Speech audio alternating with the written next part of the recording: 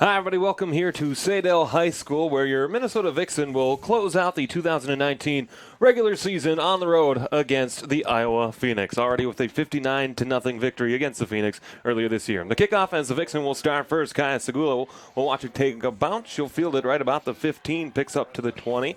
Across now to the 30, cutting it out to the right, across to the 40. Big return here to start the football game. Across the 50, cut it back. She's got space and plenty of daylight to go. Across the 30, stutter steps, 20, 10. Touchdown Minnesota on the opening kickoff. I didn't even get a chance to introduce Brian Sweeney, but touchdown Minnesota, 6-0 already. Well, hello, Alex. That was quite the return by Segula. She picked up the ball there, roughly the 15-yard line. Got a good couple key blocks towards the midfield and switched over to the other side of the field and was able to run it all the way back for that opening touchdown. And, I mean, what more do you expect? I mean, Kaya found out just last night that she was voted as an All-American for the 2019 season. And we'll have more on the All-Americans a little bit later, but you can see with that play right there why Kaya was an All-American. So the extra point pending here. On to hold will be Amy Mugas, and Catherine Muller will be doing the kicking duties tonight in a summer-esque day here in northern Des Moines. As the Vixen already up 6-0. Unfortunately, throughout the course of this game, they don't have the scoreboard operational, so we have no idea how much time is left. So we'll be in the black together on that one. Has the extra point. Mugas the hold. The kick from Muller is through the uprights, and it is good. And just moments into the game, the Minnesota Vixen lead a team that they dominated in their last outing against them, already 7-0 Minnesota. Yeah, I mean, Muller, she's had a very good season. She's stepped into the role this year. I mean, she kicked a little bit last year, and this year she kind of said to the coach, hey, I want the kicking duties, and she's come forward. She's put them through the uprights. Her percentage-wise is great. It's up there where it needs to be, and she picks up the extra point there for the Minnesota Vixen, and here we are, what I would assume is about 20 seconds into the game, and Minnesota's already up 7-0. Of course, the last time these two teams played each other was about 2 weeks ago, May the 18th, at Koolman Stadium, a 59-0 drubbing of the Iowa Phoenix. Phoenix is the rebirth of women's football here. Yeah, it's been a couple of years since the Vixen have been down to Iowa. 2016, the season that the Vixen went 8-0, they were down here. And at that time, they played a team called the Iowa Crush. Last year, the Crush exclusively stayed in that league, the Vixen switched over to the WFA. 2017, last year, there was no team for Iowa. And then, as you've already stated, the Phoenix are rising here again in 2019. Kate Murphy on the kickoff duties for Minnesota.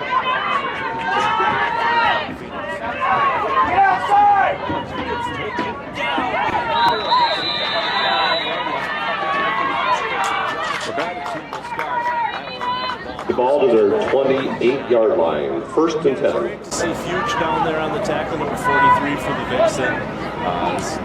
She's been playing for a number of years, and she's been fun to watch. I mean, overall, you've got to admit, this is your first season at the Vixen. Here you are, your 4th road game of the season, and you are, if I'm not mistaken, really enjoying this. Very much so. It's been a blast to be a part of it, and certainly not going down with the Vixen certainly heading for the WFA Tier 2 playoffs starting up next week. And quarterbacking duties for the Iowa Phoenix today, Alexandria Briant will be the quarterback for Iowa. We have movement on the line. The flag will fly, and a false start penalty called against offensive lineman Mackenzie Brooks will back them up 5 yards. Definitely not the way you want to start a game against the Minnesota Vixen, a team that is just as powerful and strong on defense as they are on offense. For the Minnesota Vixen defensively, they're allowing 8.3 points per game, 5th. That'll bring up a 1st and 15. For the Iowa Phoenix, they are scoring only 10 points a game, but for 24th in WFA Division 3, and unfortunately for Iowa, not looking like a playoff berth is in the cards for them this season. No, but with that said, I really have to give them credit. They have played the entire season. They've had a couple injuries, but they have not quit. For that, I really admire the Phoenix. Brian gets a snap, quads on the right side, throw over the middle, looking incomplete as the ball is intended for Shannon Christensen. Brings up second and 15. Incomplete on the coverage for Minnesota. I believe it was 36 Chris on Martin. Or no, that's a 26. Excuse me. Caitlin Hill on the coverage. A nice defensive play. Second down upcoming as the Phoenix will go quickly back to the line. Second and 15 from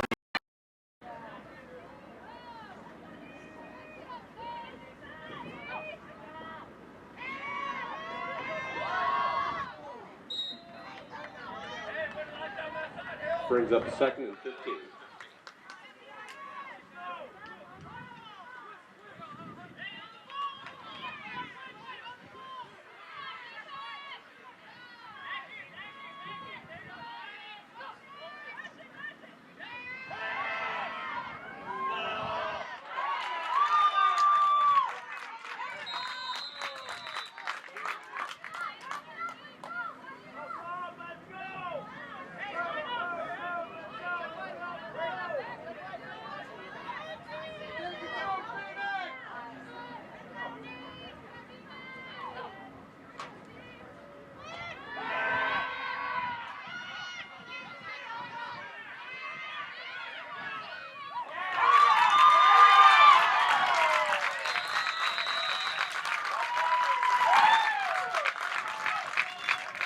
That gives us the Phoenix first down at their 47-yard line.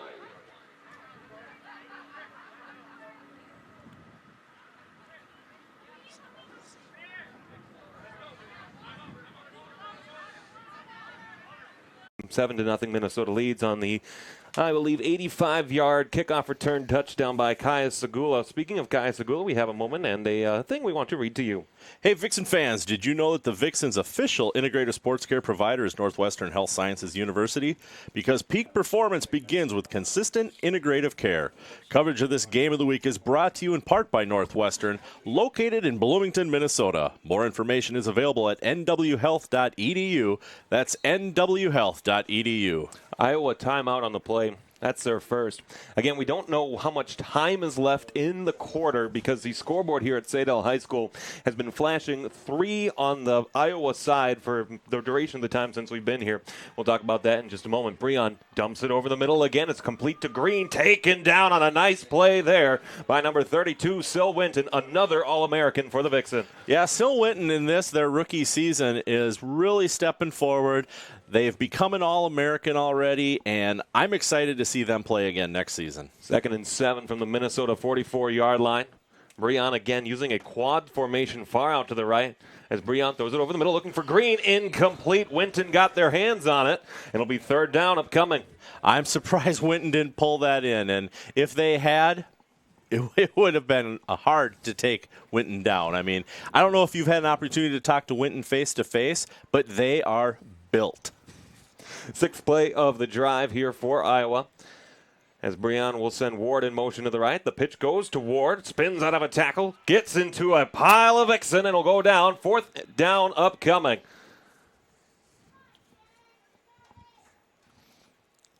So we'll see what they're going to do here. I'm not seeing anybody come out onto the field to kick. The Vixen are still up in a defensive stance. Breon will send Ward in motion again from right to left. They'll fake the handoff.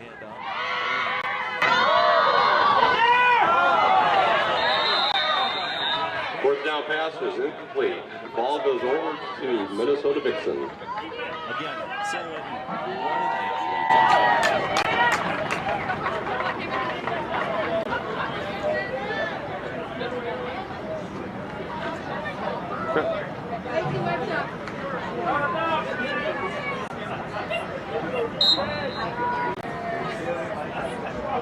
First and 10 on the 45-yard line.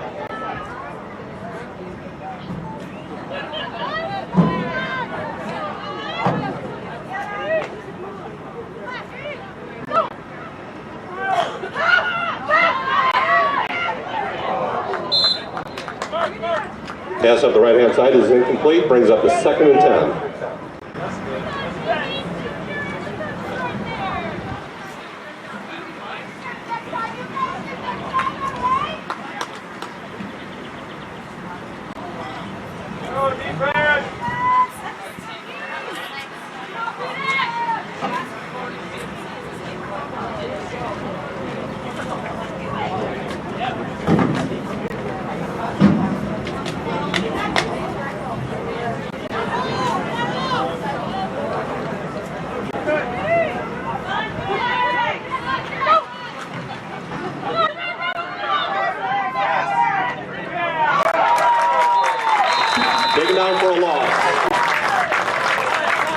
Brings up a third and 12.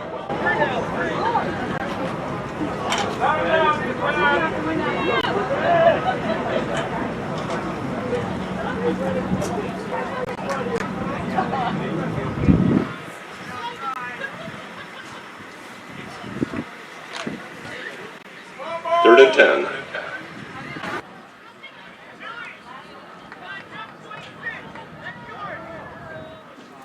Kate Murphy way out to the left. There's a snap from Evans to Segula on a bubble screen, trying to get around. Segula with a stiff arm to the 50, across the 45. She's got speed to the 35, to the 30, breaking through tackles and stiff arms. No one's going to stop her. 2 times on the ball, 2 touchdowns for Kaya Segula. We've already said it. An All-American in Segula, and she just keeps showing us why she has that honor. And I'm excited to see her play in that All-American game coming up in Golden, Colorado here in just about a month, actually. July 13th, and it's going to be a great time. I'm hoping to be out there as well. Those details are still in the works, and that game will be televised. Don't know where yet. They haven't made the official announcement. So Muller on for the extra point for Kaya Segula, her 5th receiving touchdown of the season. That sets her previous long, 39 yards, as Muller comes up for the extra point, which is up, and it's spinning, and it is good. And like clockwork, 14-0, the Minnesota Vixen lead at some point in the first quarter. Again, the scoreboard clock not operational, so we're going to have to do our best as far as the time goes. And fans, coverage of this game of the week is sponsored in part by Blue Frame Technology, the premier end-to-end streaming provider of sports organizations across the United States. With over 600 clients in NCAA Division I, Division II, and Division III conferences, and other sports leagues as well. More info about Blue Frame's end-to-end solution for production, management, and distribution for video streaming is available at blueframetech.com. So the Iowa Phoenix set to receive this kickoff, trailing 14-0 over against the Minnesota Vixen. Again, the first time these two teams met about 3 weeks ago specifically. 59-0 was the final, and the Vixen certainly continuing to add on to the scoreboard here early in this afternoon. Kate Murphy set to kick off for Minnesota. As she'll loft the ball high into the air, it can be fielded here now by Jennifer Trevelyan, one of the backup quarterbacks, and she runs right into a Vixen, but is taken down on the tackle.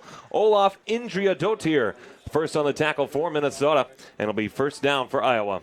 What a great tackle. Olaf was sitting there, and, that was Trevelyan, you said, ran right into Olaf, hoping to bounce off of her and get some additional yardages. But Olaf, coming from the Iceland, she just saw that, wrapped her arms around her, and took her down.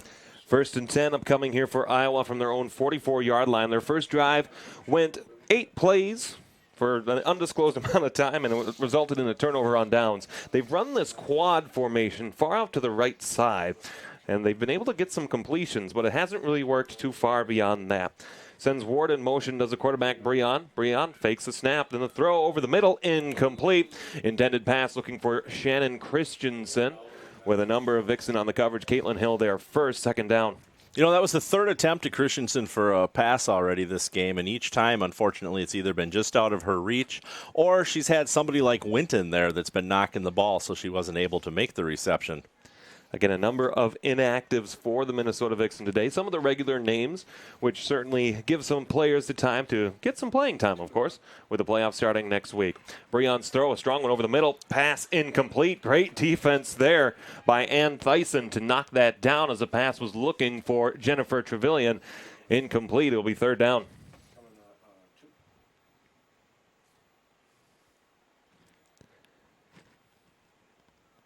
Not much time for any comments as a They're going no huddle on us. Certainly want to move that ball quickly as Ward goes in motion from right to left again, as she's done on pretty much every play.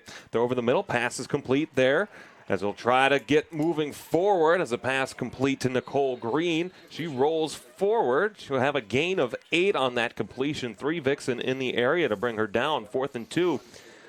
Yeah, and I didn't really get to see what happened there, but at the end of that play, Mugas of the Vixen actually ended up with the ball. Ball stays in possession of the Phoenix because with the rules that are in play here, it is if it's a tie ball, it goes to the offensive team. And we do have a timeout again by the Phoenix. That's their second of this first half, with the Vixen leading this one by a score of 14-0.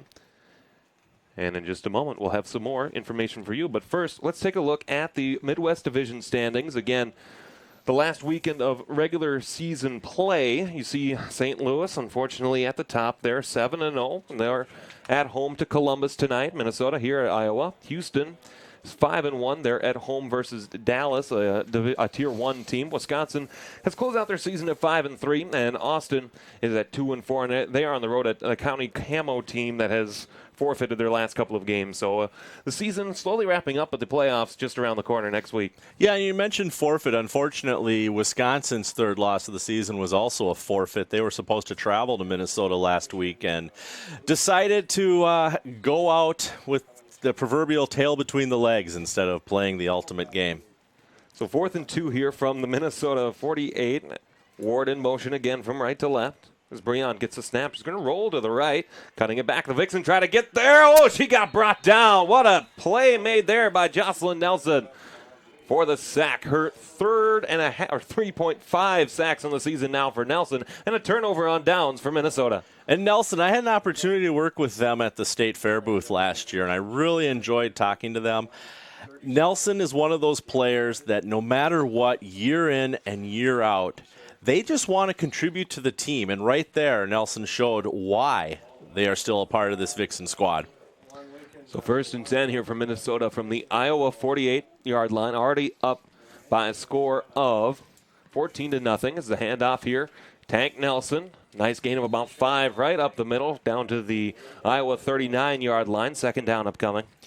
And here we are. We have a 14-0 game, and that was only Minnesota's 4th play from scrimmage of this game. So it's been a little crazy so far. When you take the opening kickoff and run it in for a touchdown, and then you have the ball for 3 plays with your first possession and get it in for another touchdown. So what's Minnesota going to do here? How are they going to keep this exciting?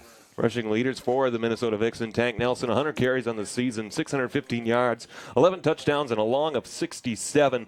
And she pounded that one out against Wisconsin back in the first weekend of May. Evans' throw is complete there. I think that's Nelson on the far side. The pass is complete down to the 18-yard line.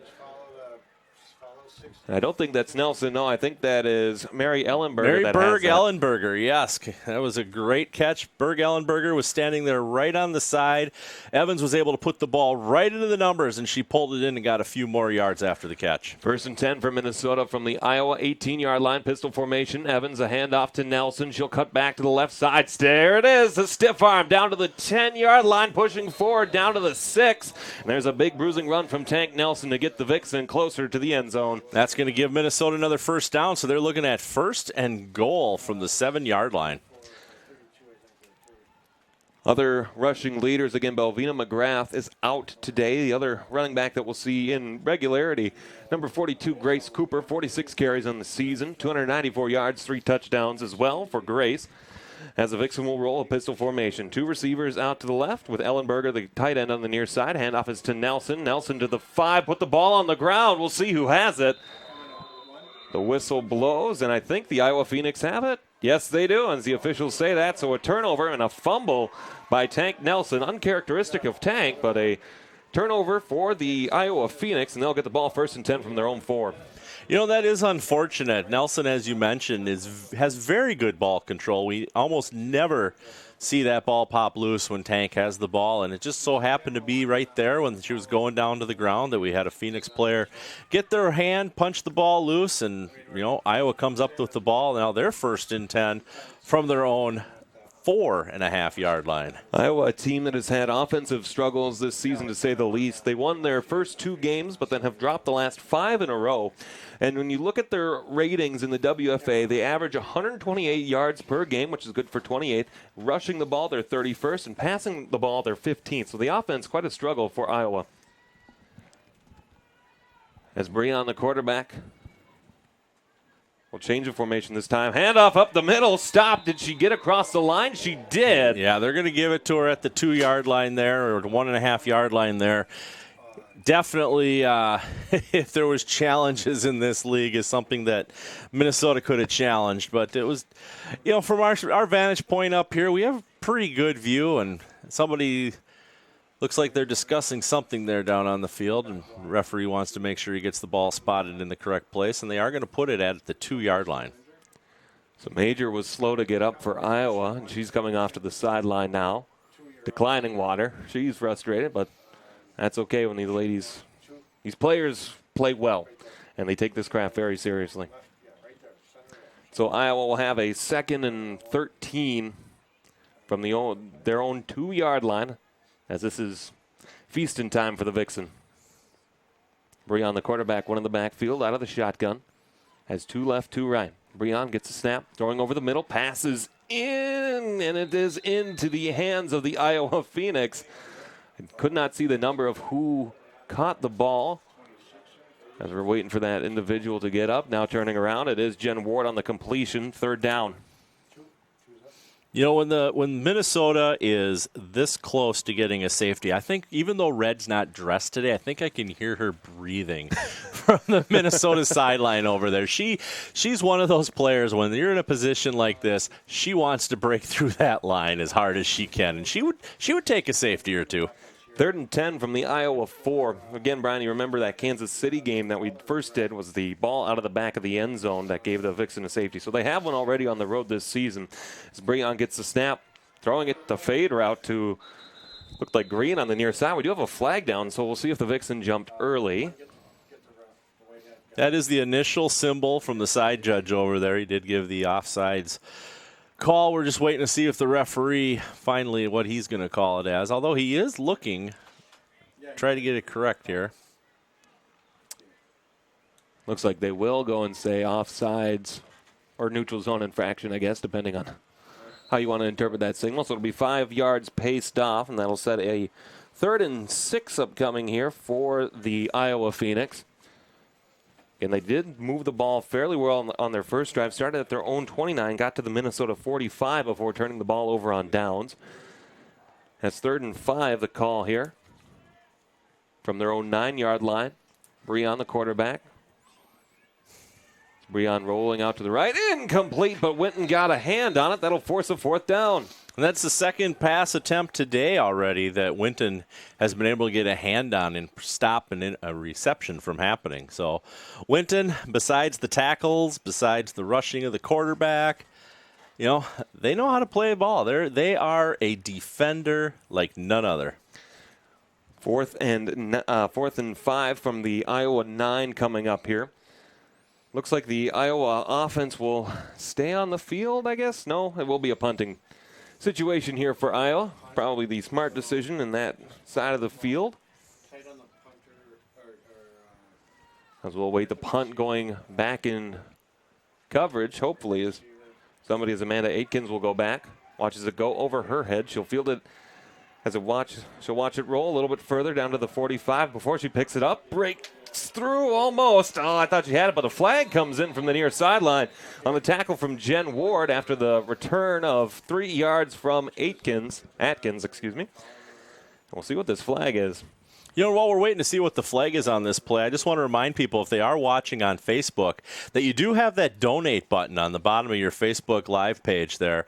And those contributions, whether it's $5, $10, whatever, helps keep these these road games on film for you so that you can enjoy them to watch. It takes a lot of people to come down here and travel, whether it's to Iowa, Wisconsin, St. Louis, Kansas City. It takes a team effort to get these games onto the air for you, so your contribution is appreciated and does help with that. So it'll be 1st and 10 for Minnesota from the Iowa 42-yard line. As we'll see if the Vixen are able to add more points to the scoreboard late stages of the first quarter. Again, we don't have a score clock that's running here at Saydale High School, just north of Des Moines. As Evans gets a snap, handoff to Cooper. Cooper breaks through a tackle to the 35, continuing to push forward down to the 30 down. She's still going down to the 26-yard line. And a nice run from Grace Cooper for a 1st down for the Vixen. Another great run from Cooper, like you stated. I mean, she's having a great year. She's already got 294 yards going into this game on 46 carries, 3 touchdowns, and she's got 25-yard long. So she's having a great season considering she hasn't played a full season and missed the first half. Well, earlier in the season, too, we talked about the 3-headed running back core that the Minnesota Vixen have. And when they're all at full strength, this team is one of the most formidable ones to have to run against. 195 rushing yards per game, good for 5th in the WFA. This should be a free play for Minnesota. Screen to the outside as the pass is complete there. They'll have to keep it going as a catch made there and then brought down at the 21-yard line. We'll see if they choose to accept it or if they will decline. Wanda Carter on the reception.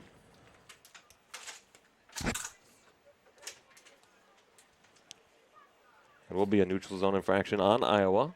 Penalty will be enforced. It'll still be first down. The 1st and 5 now from the Iowa 21-yard line. You know, Wanda Carter, she's a player that's newer this season. We haven't had an opportunity to call her name a lot, but with a lot of the inactives today, you're not going to get an opportunity to see some of these players that we don't normally get to see in the game. So I'm kind of excited to see what a player like number 90 Carter can bring to the Vixen. Well, it's definitely a testament, too, to the interest in women's professional football when you have a team that is as deep on the bench as what Minnesota is, especially when you look at the far sideline over there with the coaching staff and all the fans that have made the 3.5-hour drive down from the Twin Cities. Evans out of the pistol. We'll send McIsaac in motion. Handoff is to Cooper. Cooper with a head of steam to the 15, still pushing forward. And then she gets pulled down right about the 14-yard line. And that'll move the chains for Minnesota. Another first down. Yeah, Cooper with a great run up the middle there does pick up the first down. Looks like the ball is going to be placed at about the 13-yard line for the Iowa Phoenix. So Minnesota 1st and 10 from the 13. They're doing everything this game. I mean, Minnesota's known as a running team, and we've seen that week in and week out. We're looking at the fact that we've already got 5 rushes this game to our 3 pass attempts. And so, you know, what a team has to do when you have a McGrath and you have a Nelson and you have a Cooper is how do you stop that run? And what you do once in a while is you throw the ball. 1st and 10 for Minnesota from the Iowa 13-yard line. Evans will send Vogt in motion. Fakes the handoff, and then Cooper gets the ball again. Breaking through a tackle there. Pulling down by the sleeve of the jersey down to the 5-yard line. She's still pushing forward. She wants that pay dirt. She's close to a first down, but the ball spotted at the 4. We'll see if they move the chains or not. You know, one thing I want to point out right there is if you notice at the end of that play, we were just talking about Wanda Carter and her job as a receiver. She was throwing those final blocks to get Cooper those last few yards on that play. 2nd and 1 for Minnesota from the 4. Evans will send Vogt in motion again. Fakes the handoff. Cooper will get the ball again. Across the goal line. Touchdown, Minnesota. Grace Cooper, the rushing touchdown, her 4th of the season, and it's 20-0 Minnesota. Grace Cooper is just so exciting to watch. I mean, week in and week out, we talk about it. When they're at home, you hear Sean and Kelly talk about it. Great athlete, great heart, absolutely a joy to have on this football team. So 20-0 Minnesota. Muller on for the extra point opportunity. And for a Minnesota Vixen team that has been very defensively stout, 21 certainly will be tough to come back if you are Iowa, as the extra point is up and through. And with that, score reads 21-0. Minnesota up over Iowa. And what can I can assume can be in the last 2 minutes here. Hey fans, tonight's live broadcast of the Game of the Week is brought to you by Town Square Television and Ritchie Media Group. You can follow the Vixen on Town Square Television this season on Comcast Channel 14, townsquare.tv, and on Facebook Live. Also, special thanks to all the community stations around the Twin Cities for their support of the Minnesota Vixen. So the Iowa Phoenix will get their 4th attempt at the ball. Turnovers on downs on their first 2 drives, and then a punt on their most recent one. So we'll see if Iowa is able to get that. There is cheering in the crowd. I'm not quite sure what about. As we'll await the kickoff here, as it'll be Kate Murphy to kick off once again here for Minnesota. Back deep is Ward for Iowa. And the kick fielded on a line drive. It'll be picked up by Trevelyan again. Trevelyan across the 35 now, down to the 40. She's taken down right about the 42. They'll spot it at the 41-yard line as Trevelyan will give the Iowa Phoenix some great field position here on this drive. Yeah, she ran into Catherine Tesh, number 45 of Minnesota there, and there was just no more after that, Joe. She was just taken down instantly, as you stated. They'll start on the 41-yard line for Iowa, 1st and 10. And we'll see. I mean, the farthest we've seen them get down the field so far today is about the 34-yard line for Minnesota. Other All-American players, we haven't gone through the list specifically yet, but we'll get through it as time goes by. On the first team, Kai Segula, Tank Nelson, Maria Beck, Sil Winton, and Cynthia Bryant, all first-team All-Americans. The second team, Mary Ellen Berger, Connor Joe Lewis, Jocelyn Nelson, and Tilly Tilford. Among one other, Caitlin Marie, I'm not quite sure who that is. I think that's Caitlin Beck, but again, when I'm looking on Facebook, they're tagged in those posts, so some people do that first name, middle name combination. We have a flag thrown here. It's going to be a delay of game against Iowa. And so that'll back them up 5 yards. And again, there have been a couple of penalties against the Iowa Phoenix that have really hurt them in their drive. So now it'll be 1st and 15 from their own 36-yard line. Was hoping the PA guy would announce how much time is left after each play. That certainly would help us. We'll have 1st and 15 for Iowa. Breon, the quarterback. She'll get the snap, throwing into the quad formation. Catch was made by Trevelyan on that far side, and immediately getting there for the tackle, and Thyssen. It'll be 2nd down on the tackle for loss. Ball spotted at the 33.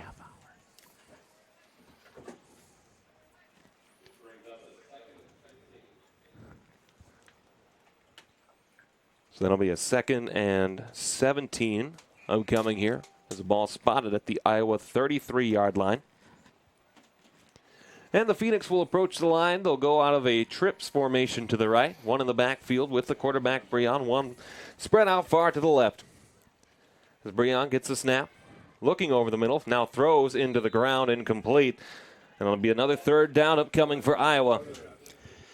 Yeah, Iowa's, unfortunately, they're a passing team, and I'm actually looking here, and looks like Breon kind of holding her leg a little bit as she walked away from that line. So I don't know if somebody kind of brushed down on her when she was going down or tackled or what the story was there. So we'll pay attention, see if we notice anything here in the rest of this drive and the rest of the game. Breon as a quarterback this year for Iowa, 15 of 39 for 115 yards and 2 touchdowns with 1 interception coming into play today. Their 2 receiving targets, 21 Shannon Christensen and 26 Nicole Green. Only 1 touchdown between the 2 of them, and that belongs to Green.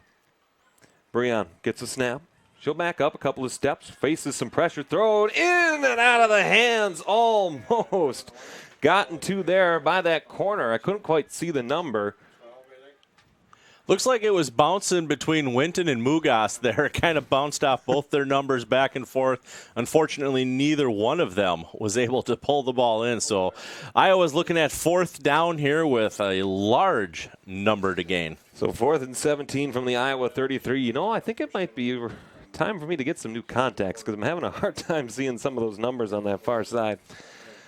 So the Phoenix will approach the line. 4th and 17 from their own 33. It looks like they will punt. Green back to punt for Iowa. And back on return duties, Tilly Tilford. Punt high, straight into the air. It'll take a bounce right at the 43. Bouncing out and will roll out across that sideline down to the Minnesota 43-yard line. And 3 straight 3-and-outs for Iowa. And the Vixen will have the ball. Meanwhile, let's take a look at the playoff bracket for the WFA Division II, and with most of the matchups set in stone, it looks like the Vixen will be traveling to St. Louis next week, with Houston traveling to Denver to play Mile High. Yeah, and those are going to be a couple games. I mean, if Minnesota can go into St. Louis and win, then they would ultimately host the American Conference Championship game on the 29th against the winner of that Mile High and Houston game. There's a handoff here. The screen out to the left side, pushing forward, continuing to move forward across the 40 down to the 35, pushed down at the 30. And a nice run on the outside swing route. And a great 1st down for Minnesota. Yeah, Andre Vogt, you don't see her in that role very often, but, as somebody that can return kicks and return punts, why not give her the ball? Give her that opportunity. She's used to running the length of the field, used to running the width of the field also, so she can cut over, change direction, all those other skills that are very important in a running back. So 1st and 10 for the Vixen. On their second play of this drive, they'll run from the Iowa 30-yard line. Evans still the quarterback, has Segula wide out to the right. Evans a snap. Looking for somebody over the middle. Passes in and out of the hands of Kate Murphy. She had daylight behind her, but the ball falls incomplete. It'll be 2nd down. And that's a pass that Murphy wishes she had another opportunity for. As you stated, there was nobody between Murphy and the end zone there. It would have been an easy 6 points. So 2nd and 10, upcoming from the Iowa 30. Again, the leading receivers for Minnesota. Segula has 28 receptions for 362 yards, 4 touchdowns coming in. To play today, she has one already for 5. McIsaac, 4 receptions for 68 yards, and Murphy, 4 receptions for 49 yards. Again, all those stats coming into play today. 2nd and 10 from the 30. Ellenberger in motion from right to left. So fake the handoff. Handoff is to Nelson this time. Nelson to the 25, to the 20. She's got daylight if she keeps going. Brought down at the 16-yard line. And a 1st down for Minnesota. Yeah, Nicole Green on the tackle there. She got a hold of Nelson, and she did not want to let go. She made sure because Nelson, she spun off that earlier attempt at a tackle, was able to pick up another 8 yards after that. So if it wasn't for Green, there would have been another touchdown. So a 1st down for Minnesota. It'll be 1st and 10 from the Iowa 16-yard line. And it feels like we've played a first quarter, but I'm not sure beyond that. Yeah, I'm surprised we haven't switched directions yet. Evans a snap, handoff to Nelson. Nelson with a head of steam across the 10, down to the 8-yard line before a couple of Phoenix get her down from there. It'll be a 8-yard gain on the play, 2nd and 2. Yeah, and Tank Nelson, with over 100 carries this season and 615 yards, going into this game averaging 6.2 with 11 touchdowns, she's exciting. And, she's another All-American, too. So, Minnesota has All-Americans at almost every skilled position there is. And certainly when you watch them play, too, in my first season here in the WFA, you love the talent that's on this roster. So the Vixen approach the line. They'll run out of the pistol formation, 2 out to the left, 2 out to the right. Ellenberger now moving in motion just like the play before.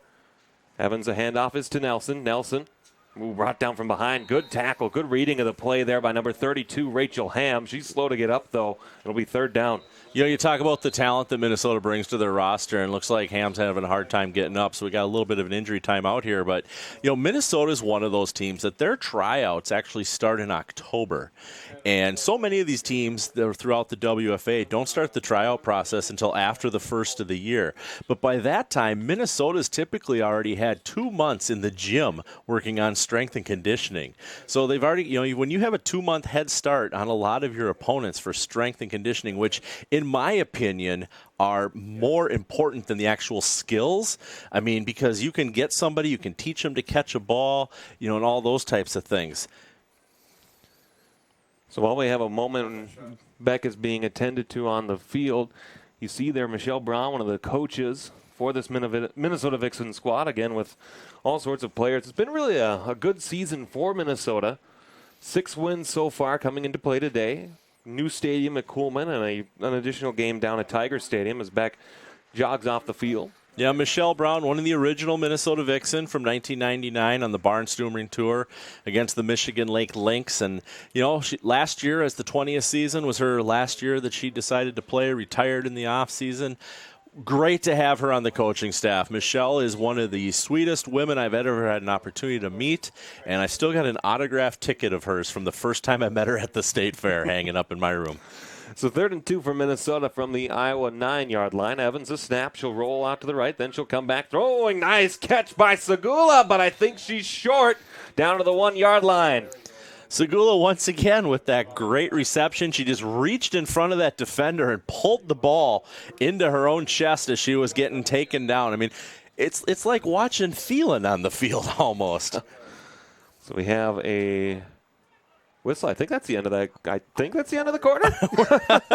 We're going to go with it being the end of the quarter, so why not make the teams walk 99 yards to the other end of the field before we go back into it? So that'll be the end of the first quarter with the Vixen leading by a score of 21-0. This is your home for Vixen football, Town Square Television.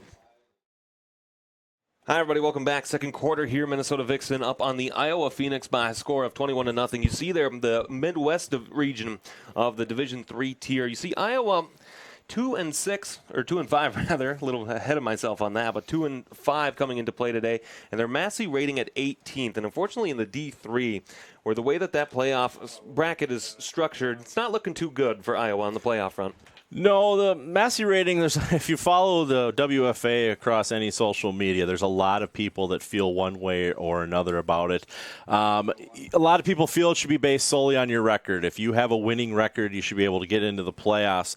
But unfortunately, with the travel distances and the number of divisions and stuff in the WFA, you have to incorporate some sort of handicapping system in there, because if you're a Division I team and you do nothing but play Division III teams throughout your season, you're going to end up with a better win-loss record in theory. So the Massey rating, call it what you will. I am not against it, but I'm also not a proponent for it. Single back formation. Nelson the handoff. Easy walking in touchdown.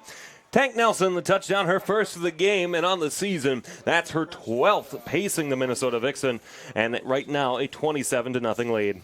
Yeah, last time Minnesota was down getting that close, that's where Nelson decided to fumble the ball in attentively, and here we are. She's making up for it. Minnesota punches one in right away, starting the second quarter the way we started the first quarter, with a touchdown with only a couple seconds off the non-existing clock.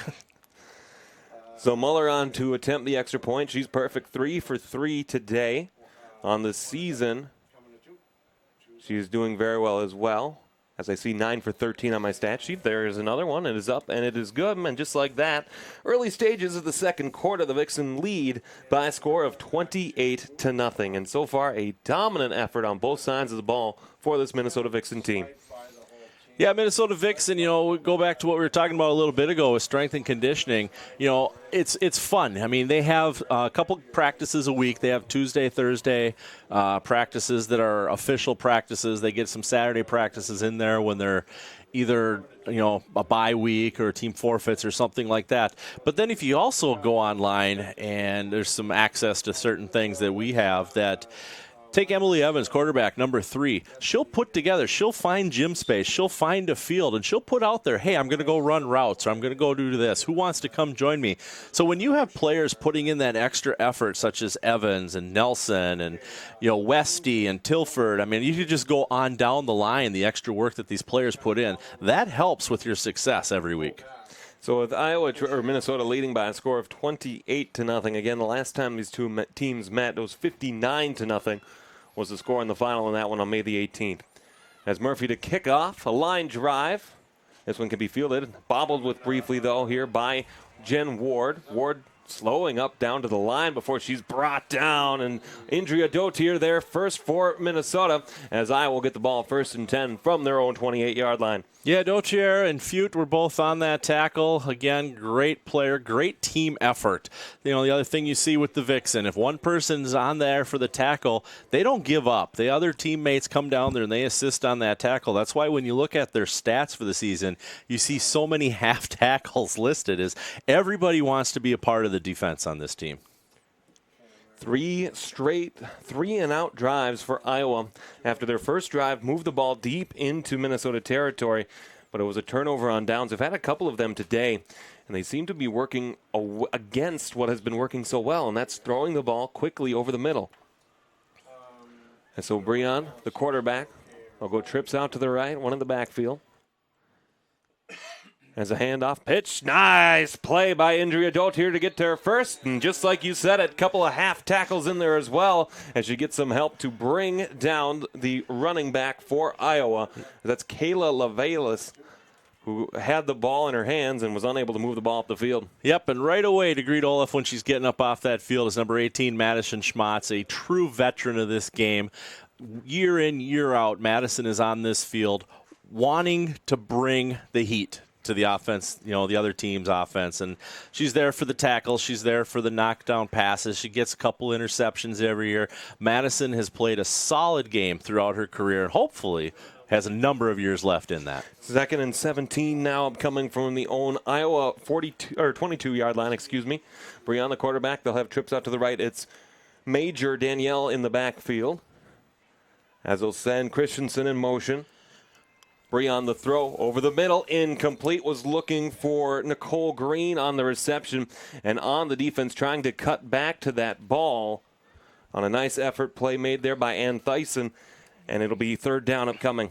And you can't blame her for going to Green there. Green was 3 for 3 on receptions prior to that first drop pass. That really wasn't her fault that she didn't even get that, because it wasn't quite in her reach. So 3rd and 17 upcoming for Iowa from their own 22-yard line. The sun setting here just out of Des Moines. A warm day on the field, but otherwise a picturesque June Saturday evening for one of the best sports in the world and the WFA. Breon, the quarterback, trips out to the right. She'll get the snap, looking over the middle, passes into the hands there of Jen Ward, but first there on the defense, stepping over her too on her way down. I believe that's Deanna Mays who made the tackle. 4th down upcoming. Yeah, well, she was thrown into Mays, and unfortunately she is laying on the turf here for that. You never like to see something like that happen. It was definitely an attempt at a tackle, and we'll just have to wait and see what happens here. So we'll get the water bottles coming out. We'll certainly hope that Ward is okay. Meanwhile, while we have a moment, some other talking points and things that we want to talk about. When we look at the way that this is matched up and how things are going, again, the rushing leaders, the offensive leaders so far, it's been a very good season for them. Tank Nelson again, 100 carries, 615 yards coming in, touchdown already today. And really for this Vixen offense, it's been everybody's helping out, everybody's participating. And now Jen Ward on her way to the sideline with the assistance of a couple of trainers and coaches. We certainly hope the best for Ward.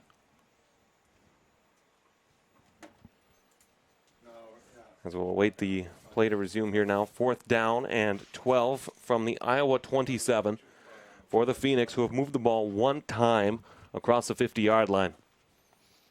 Yeah, and looking over on Minnesota's bench here, it does look like McIsaac is starting to warm up, so I think we're going to see her in at quarterback here fairly soon.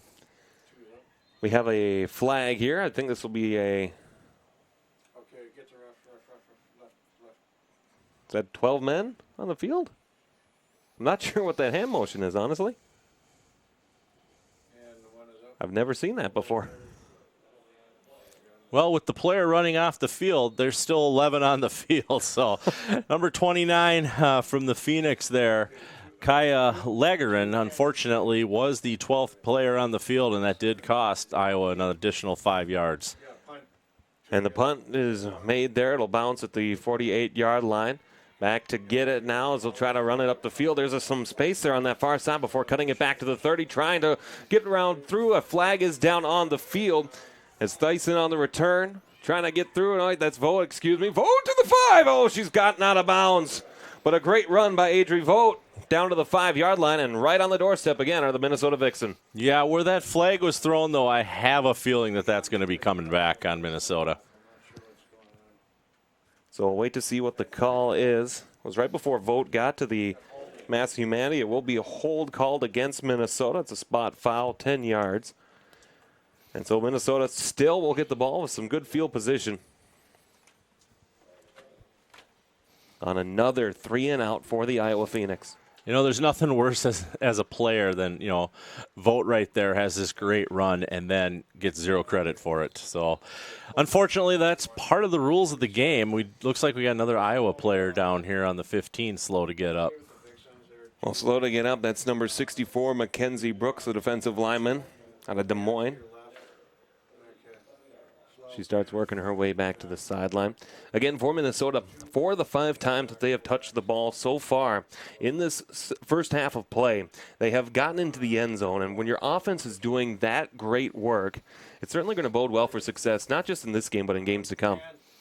Yeah, and I'm watching, Brooks here on the sideline for the Phoenix, and I'm obviously not a doctor, nor could I ever play one even, but the way she's walking, the way she's moving around, I'm having a feeling it was, either a cramp or something to do with the heat. I mean, these women are out here playing, and it is hot out. We're not going to lie to you. I mean, we're in the press box here. I told you that the air's on, but it hasn't made it any cooler in here at all. And they're down there on that field in that bright sun, and you can see the water person Michaela Soul from the Minnesota Vixen is running around squirting the referees with a spray bottle, and that's just one of those things. Soul was a player for the Vixen for a couple of years ago, and like so many Vixen players, when their time is done on the field, they stick around and they help out off the field. I mean, a lot of the coaching staff, Michelle Brown used to be a player.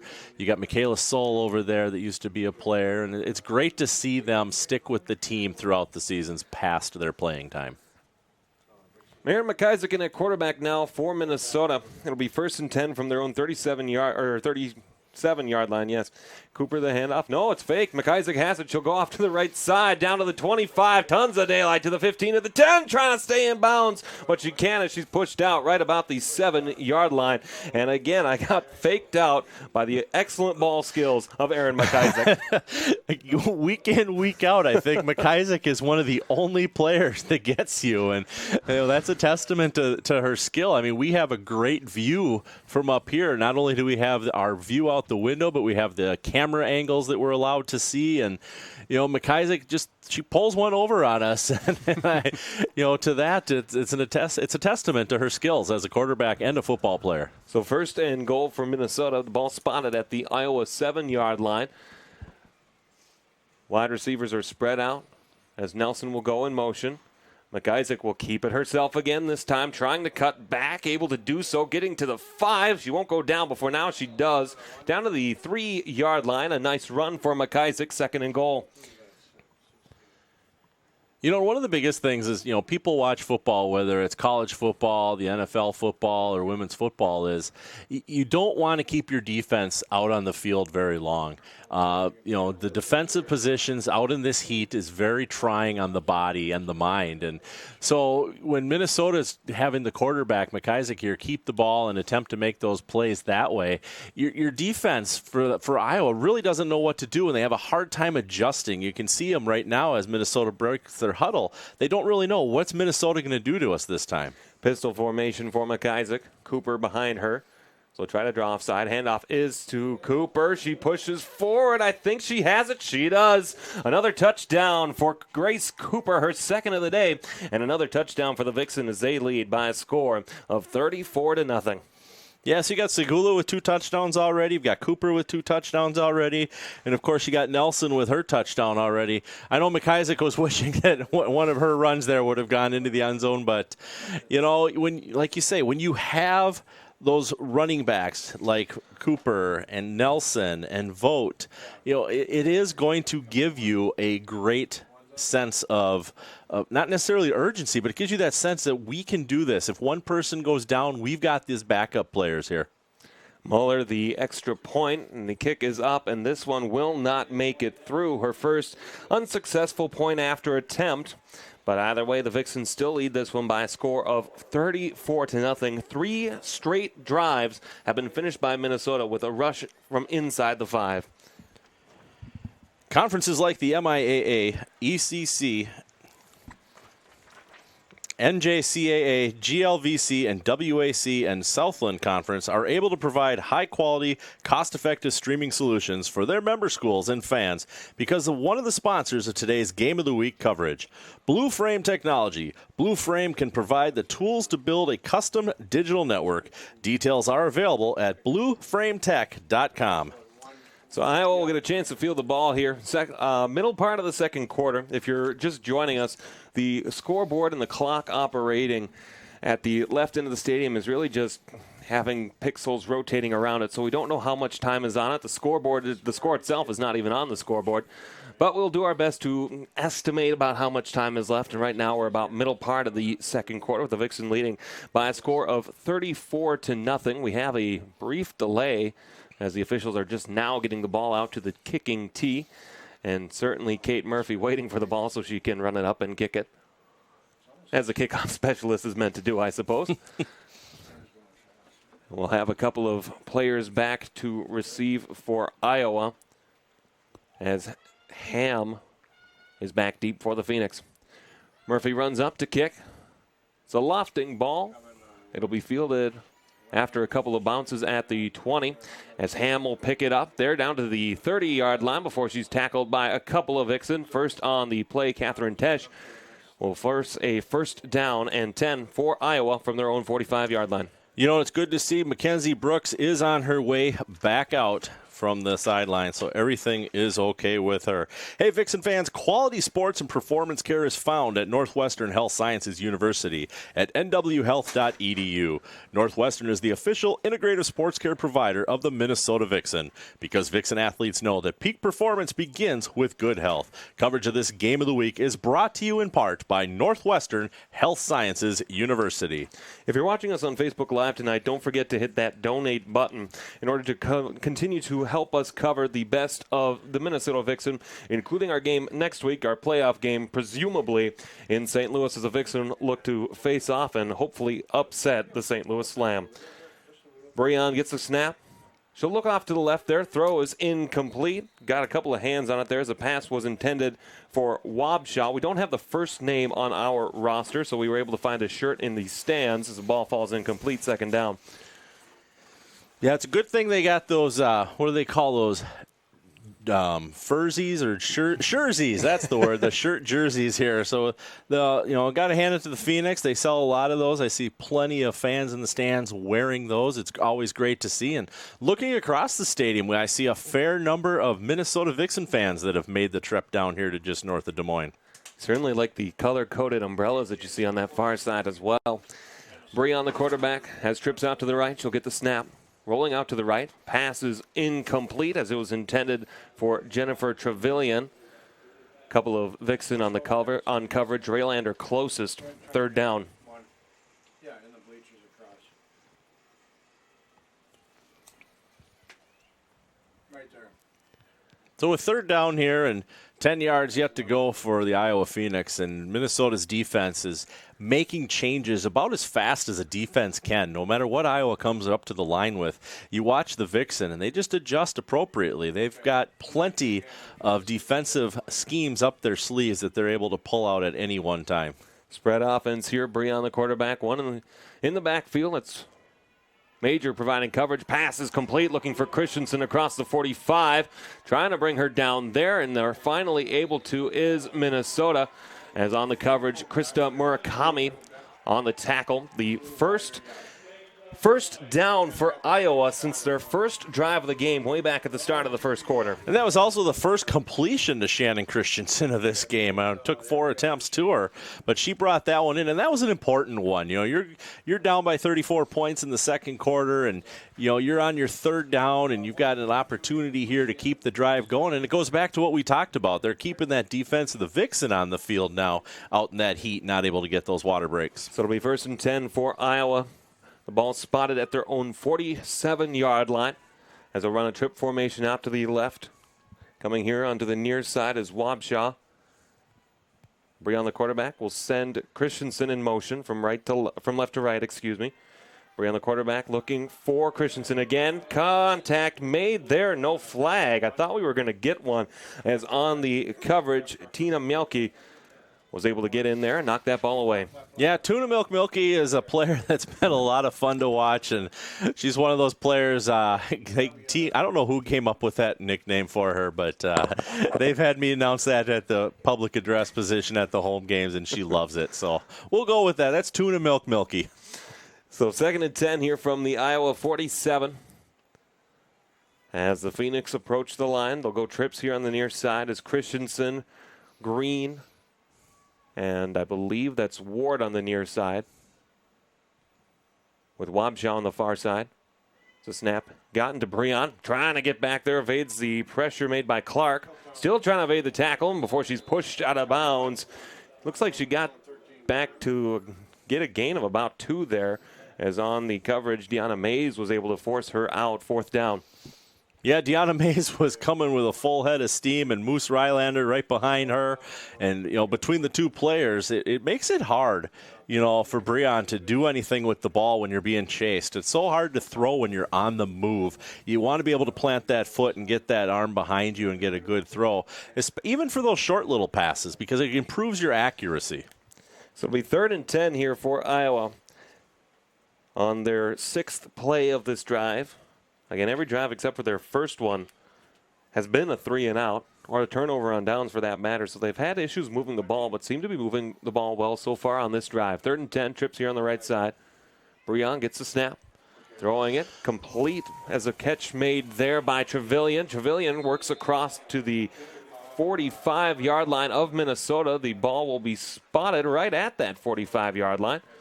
It'll be short of the first down marker. And with a 4th and 2 coming up, you think that Iowa would certainly leave their offense on the field. Yeah, which they have elected to do, Alex. They have left that offense on the field. They're definitely going to have an opportunity here to try to get something short, something quick. The Minnesota 45-yard line is the furthest which the Iowa Phoenix have gotten into Minnesota territory today. That's exactly where they stand right now. Breon, the quarterback. She'll get the snap. Throwing into the trips formation. Pass is caught by Green. Green racing across down to the 40, but the ball pops out, but she was down first. It'll be a 1st down for Iowa as the ball spotted at the Minnesota 40-yard line. That was an important catch. Green was running her route there. She did a little stop. The ball was almost thrown behind her, but she was able to pick that up and turn it into that all-important 6 yards so that they could get that 1st down and keep this drive going. So 1st and 10 for Iowa from the Minnesota 40-yard line. Again, their deepest drive into Minnesota territory today. And for the Iowa Phoenix team that averages only 128 yards per game, this is their best opportunity to put some points up on the scoreboard. As pointing out the coverages, sending Major onto the other side.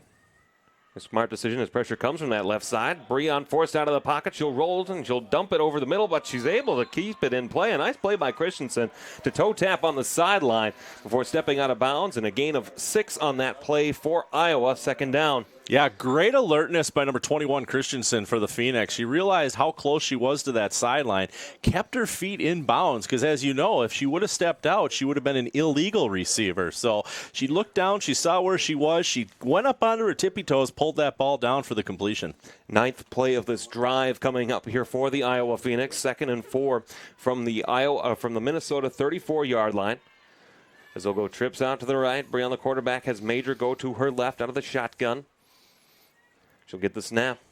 Throwing it over the middle. Pass is complete for Christensen. Trying to get her down. A nice touchdown-saving tackle made by number 36, Carissa Martin, to take a touchdown off the scoreboard 4 minutes for Iowa. And Martin she is slow to get up. She is staying down onto the field there. And it's not the fact that her helmet got knocked off. It's actually she was holding her leg when she was standing up. Okay, pull back. There's somebody hurt. So as the Minnesota training staff will attend to Martin on the field, we'll have a 1st and 10 from the Minnesota 15-yard line. And for the Iowa Phoenix, a team that has struggled to put points on the scoreboard, 14 points last week against Rocky Mountain, 13 the week before, and then 2 zeros back-to-back against St. Louis and Minnesota. They're a team that has trouble trying to move the ball and getting points on the scoreboard.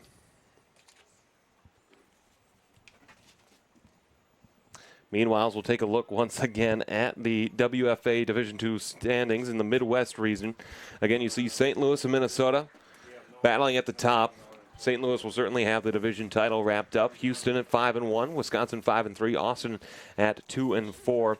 Again, in the playoff seedings, those first 2 teams make the playoffs and they play each other.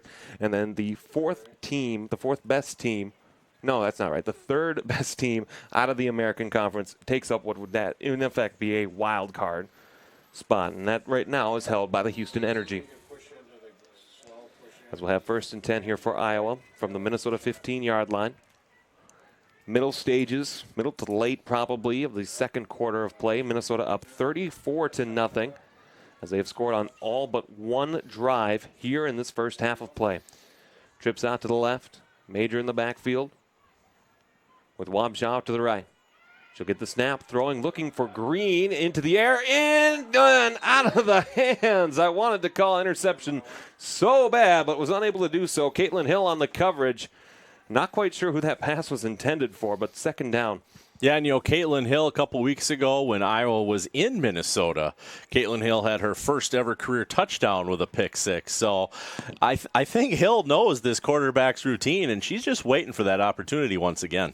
So 2nd and 10 for Iowa from the Minnesota 15-yard line on this drive. This is their 11th play in a drive that has moved from the 31-yard line, a grand total of right about 50 yards already. Breon, handoff to Major. Major up the middle to the 10 before being taken down right at the 10. First on the tackle there for Minnesota, Raylander. It'll be third down.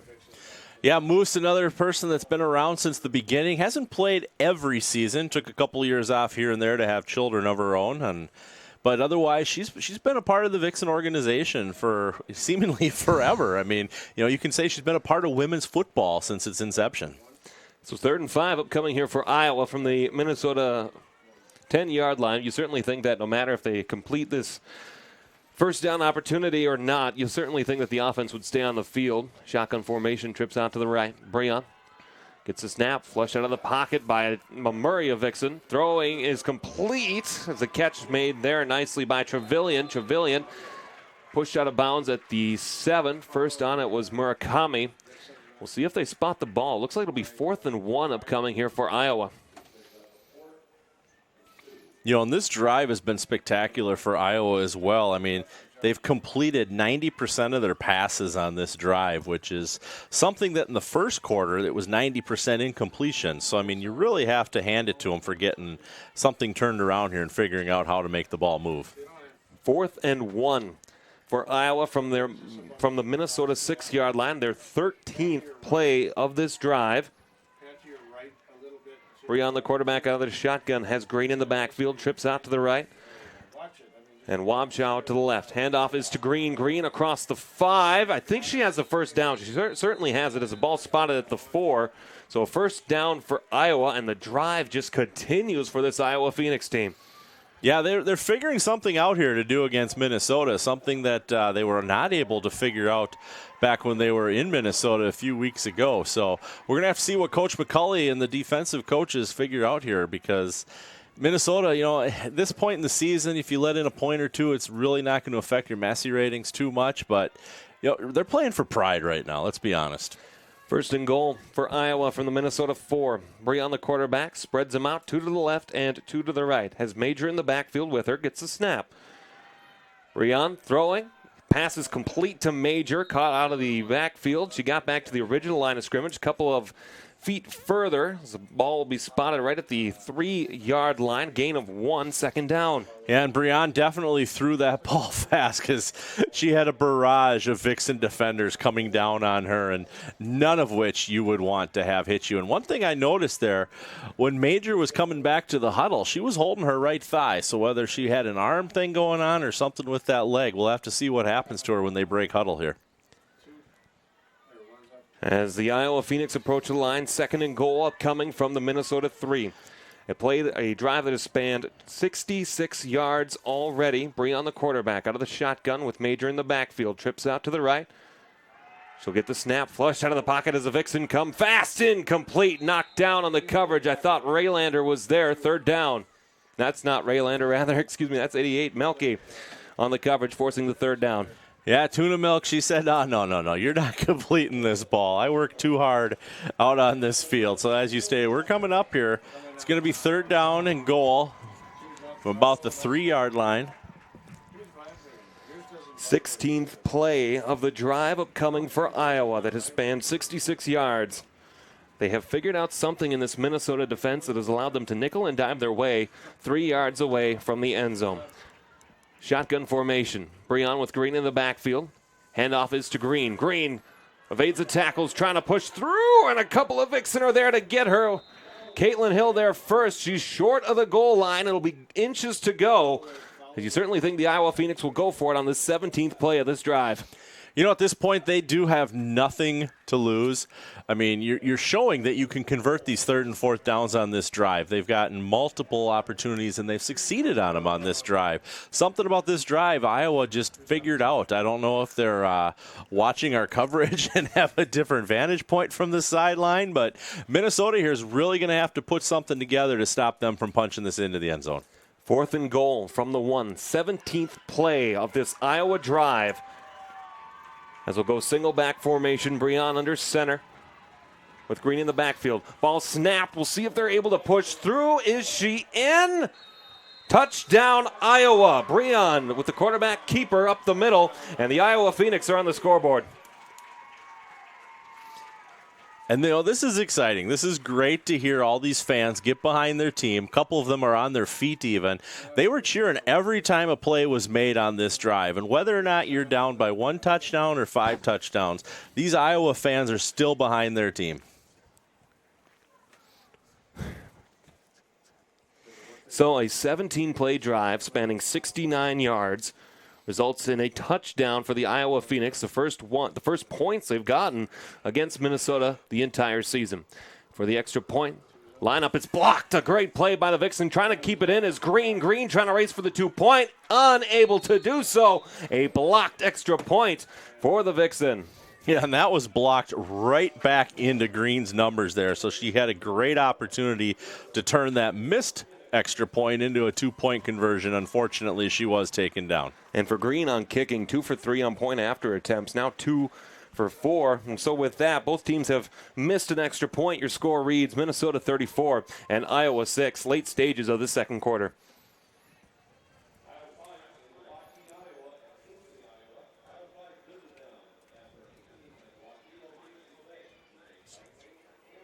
Meanwhile, if you're watching us again on Facebook Live, feel free to hit the not the subscribe button. We're not on YouTube. Feel free to hit the button to donate and help us with some money. We'll be down back in St. Louis, Missouri to cover the playoff game unless something crazy goes on with the Massey ratings. We'll be back to cover the game next week between Minnesota and St. Louis, a playoff game where Minnesota has already lost to St. Louis this season.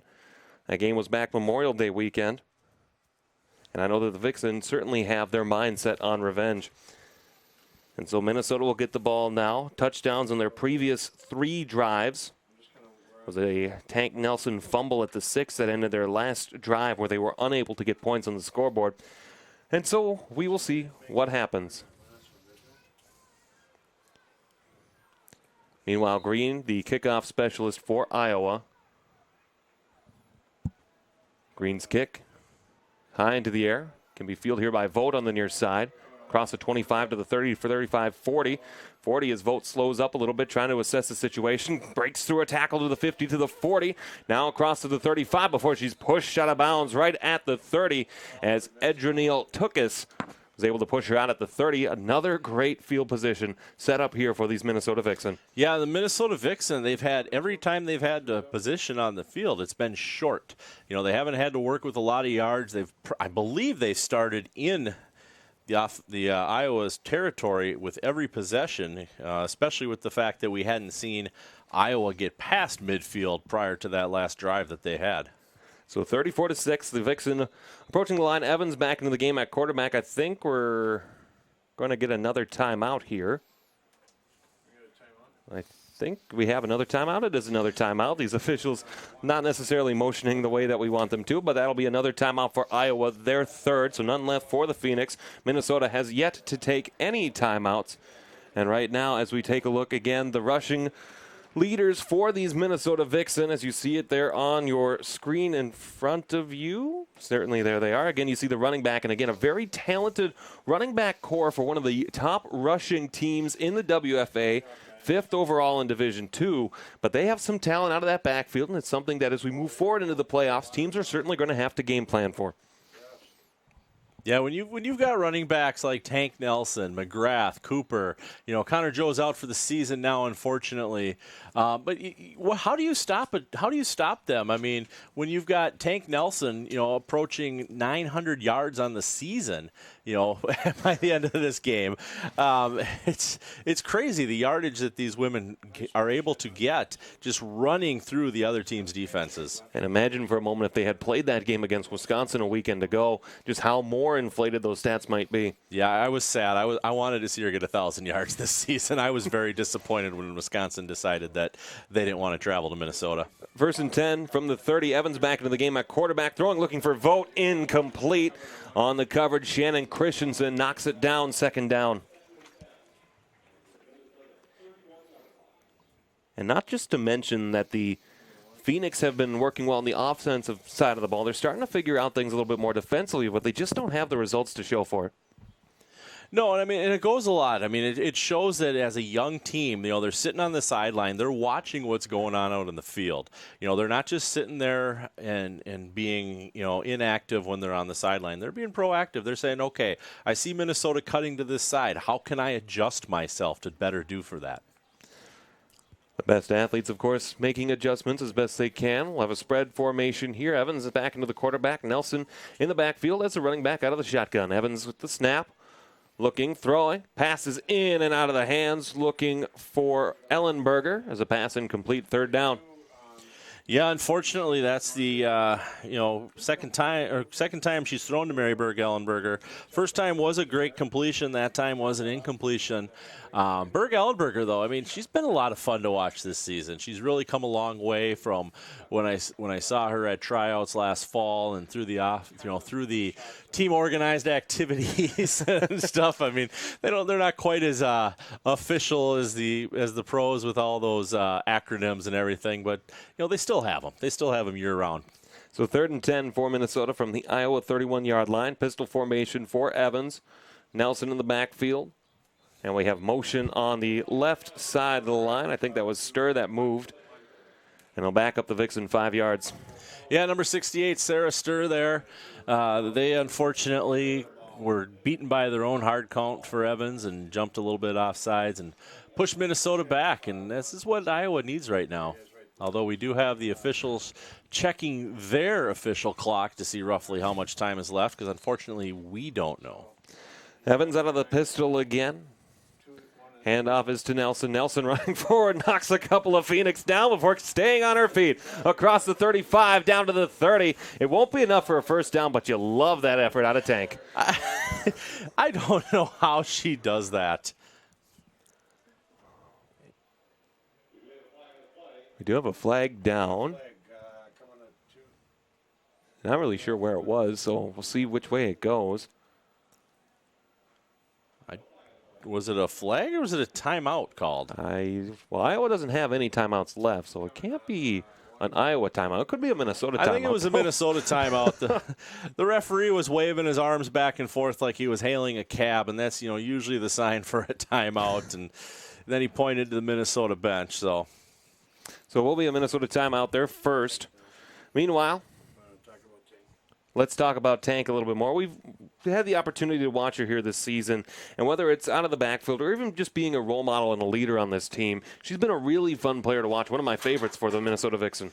And Tank's parents, of course, watch us when we're on the road from South Dakota, so we got to give a big shout-out to them as well. They make cookies for the home game, so you got to come to a home game, Alex, so you can get yourself some cookies. But, no, Tank Nelson's parents, you run into them at the beer bust prior to the season. You run into them at the home games. They're a great family that really supports the athlete that they have in their daughter. So the Vixen will approach the line, going for it up 34-6 on 4th and 10. Evans out of the quarterback's shotgun formation. Evans stepping up. Throw is pass complete to Vogt. Across the 20 to the 15, down to the 10. If she stays in bounds, she's got a touchdown. She reaches for it, and I think she's short. She'll be spotted right at the 3-yard line, but a great effort there on 4th and 10 by Adri Vogt to get the Minnesota Vixen back into a first-and-goal situation. Yeah, so you go from 4th and 10, and now you're first and goal from the 3-yard line. That was a great conversion. Evans to Vogt there for that first down, set up another first-and-goal opportunity for Minnesota. So it'll be first and goal upcoming here from the Iowa 3-yard line. Again, points on the 3 previous drives for Minnesota. They've all come out of the backfield, and they've all been rushes from inside of the 5-yard line. So we'll see if they choose to go through the air here. Shotgun formation. Nelson in the backfield with Evans. We'll add Kristen Bierst into the lineup as well. She'll go out to the right side. Ellenberger moving out to the right side as well. And now Nelson moving to the right side. Lots of motion there. And we're going to have a false start as that one goes on Vogt. And that'll back up the Vixen 5 yards. You know, one thing I want to point out to you, you watch a lot of football, and you watch the other teams, and they all wear the little play cards on their wrist. If you notice, Minnesota doesn't use those this year. Head coach Ryan McCulley came in this season. They started the practices off. Every player, whether you were offense or defense, had one of those play cards on their wrist. And he got to the point where he said, you know what? We're going to get rid of these. We're going to play football strictly with our brains. We're going to play with our brains. And it's been successful for Minnesota. They've shown Coach McCulley that he was not wrong to make that decision. So it'll be first and goal here from the Iowa 8-yard line. As the false start backs him up, shotgun formation. Nelson in the backfield with the quarterback Evans. Evans gets a snap, throws out to the right side. Vogt has it at the 2 before she's knocked out of bounds there on the defense made by Danielle Elliott. Also in there, Nicole Green with the additional coverage, second and goal. Yeah, so Vogt picked up the penalty yards, and it looks like she picked up about another half a yard from the original line of scrimmage from her reception earlier. So about 2.5 yards out for Minnesota to punch one in here before we end the half. Again, we don't know how much time is left. I can imagine that we're getting pretty close to the end of the second quarter. The Vixen leading here by a score of 34-6. Pistol formation, Evans. Handoff is to, no, she kept it herself. Evans through the middle, touchdown, Minnesota. Another scamper from inside of 5 yards out. This time Emily Evans adds her name to the score sheet. And with that, the Vixen lead right now by a score of 40-6. You know, that's actually Emily Evans' first rushing touchdown of the season. So congratulations to Emily for getting one in there and joining the ranks of the rest of your core. But no, Emily's great. Her parents, let's see if I can see them over there. Her mom will always stand out. She wears a number 3 Evans hat, baseball hat that's been bedazzled. Ooh. Muller on for the extra point. She's 4 of 5 tonight. They bobble the snap. Muller will keep it, or rather, she'll let Mugas have it. Mugas throwing to the end zone, incomplete. A flag is thrown. We'll see if the Vixen are able to get a second chance at it. Now, where that flag was thrown, it's going to be probably an eligible man downfield to call. And with that, the extra point conversion unsuccessful. But the Vixens still lead by a score of 40-6 here in the late stages of this second quarter. Again, a reminder, if you're watching us on Facebook Live tonight, please feel free to hit that donation button to help us continue through the efforts of Town Square Television and Blue Frame Technologies to continue to bring you the best of WFA Division II football and that of the Minnesota Vixen. And, of course, Tom's company, Ritchie Media Group. I think we're looking at halftime. I'm not quite sure. Again, without a clock on the field, it's definitely hard to tell. I'm not really sure. It looks like players are... Nope, they're coming back out now. Yeah, players were kind of moving around all across the field there, not really sure what was going on. That was the second time we've had that tonight with the national anthem that took about 5 to 6 minutes due to some technical difficulties, but we still got through it. And so the Vixen will return to the field, and so will the Iowa Phoenix. A very successful drive on their last one, a 17-play drive that spanned 69 yards and ended with the first rushing touchdown. That one belonged to Alexandria Breon. So Kate Murphy will line up here to do the kickoff. Ham back in coverage to return the kickoff for Iowa.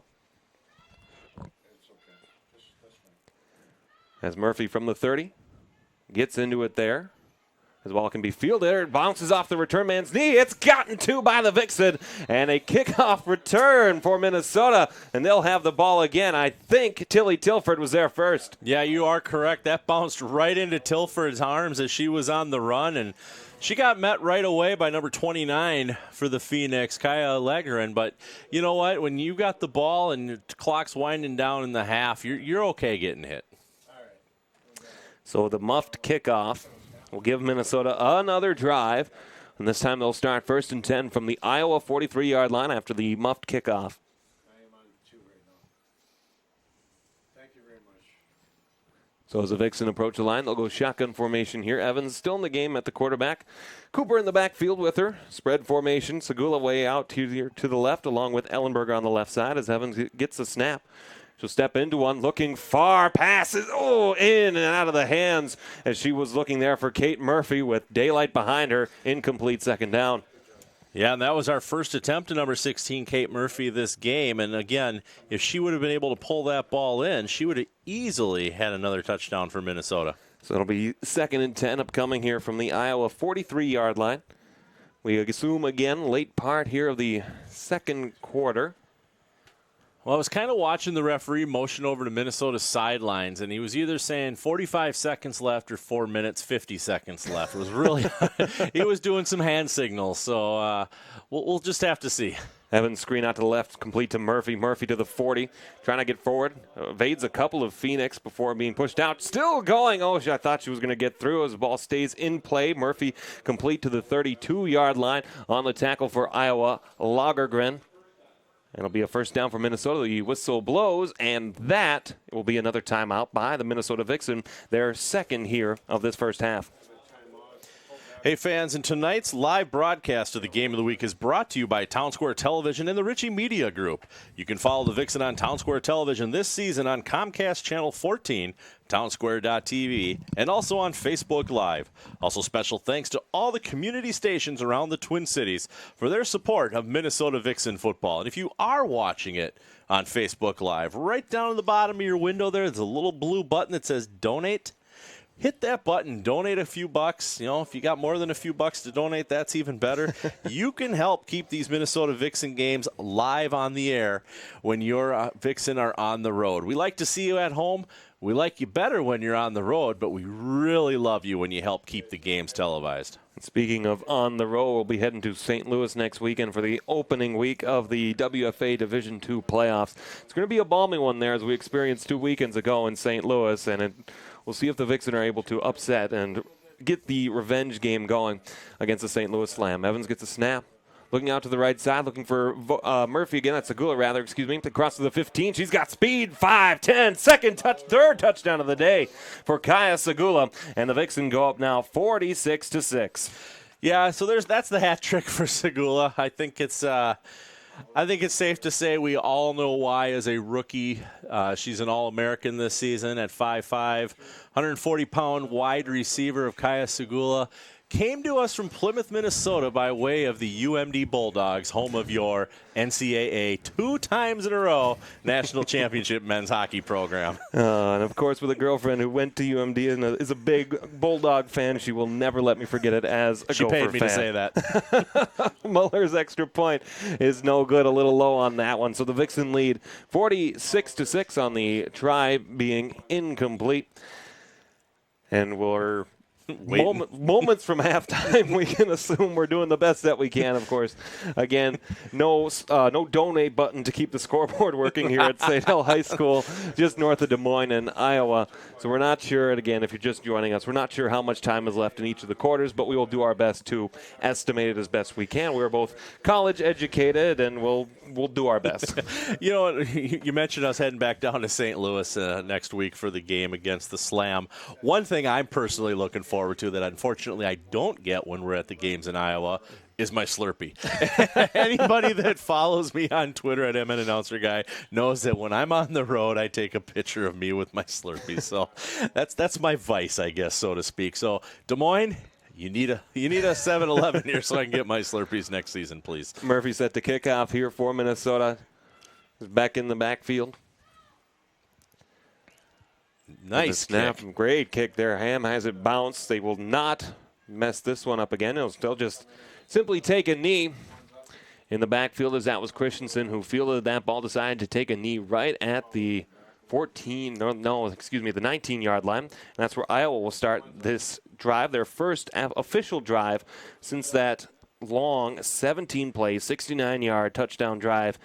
First points of the year that Iowa has been able to put up against Minnesota.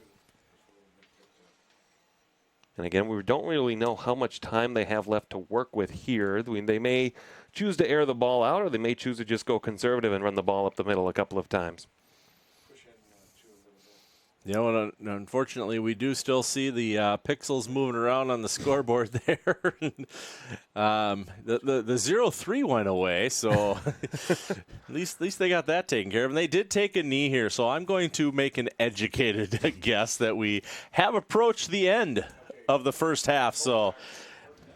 Well, and for the first half here, Brian, again, 46-6. It really started out from that first time that the ball was put in play when Kaya Segula returned the ball 85 yards for a kickoff return touchdown to give the Vixen, the Minnesota Vixen, a 7-0 lead. And ever since that, when you look at the Minnesota drives, 55-yard Kaya Segula touchdown reception, 34 Tank Nelson, a fumble, but they were right at the 6. Then the next Minnesota drive, Grace Cooper, 42-yard rushing touchdown. Nelson, 1-yard rushing touchdown. Cooper, 3-yard rushing touchdown. This time, Emily Evans, 3-yard rushing touchdown. And then the Kaya Segula, 31-yard receiving touchdown. Kaya's already right around 100 yards receiving the football tonight. It's been a premier night for the Minnesota Vixen on both sides of the football. You know, and after starting a little bit slow, number 13, Alexandria Breon for the Phoenix, she really found her groove at the, midway through that second quarter. She ended the half 12 for 21 on her pass attempts, which when she started the game, she was 3 for 10. So she really, that second half of the quarter, picked it up, knew what to do, and pulled out something. She got Iowa on the board, which is really huge against this Minnesota team. That when you look at them, they had shut out the Titans once, they had shut out the Dragons once, they had shut out the Dragons again because of the forfeit last week, and they had shut out Iowa when they saw them earlier. So, if you want to look at those small victories, so to speak, that are often talked about, you don't look at the big picture, but you break it down into individual success stories. Getting that ball into the end zone was a high success point for the Iowa Phoenix. The Iowa Phoenix will return the second half kickoff. We'll be back with it in just a moment. This is your home for Minnesota Vixen football on Town Square Television. High School, where the Minnesota Vixen leading the Iowa Phoenix at the start of the second half by a score of 46-6. Alongside Brian Sweeney, I'm Alex Westad, and really, Brian, it's been wash, rinse, repeat for the Minnesota Vixen here as they have been the dominant team against the Iowa Phoenix in the first half. Yeah, I mean, we saw a lot of great play from Minnesota the first, probably 15, another 22 minutes of that half. And then the last 8 minutes, it really looked like Iowa was figuring things out, both on the offensive and the defensive side of the ball, until that last Minnesota drive where they were able to get in that final touchdown of the half.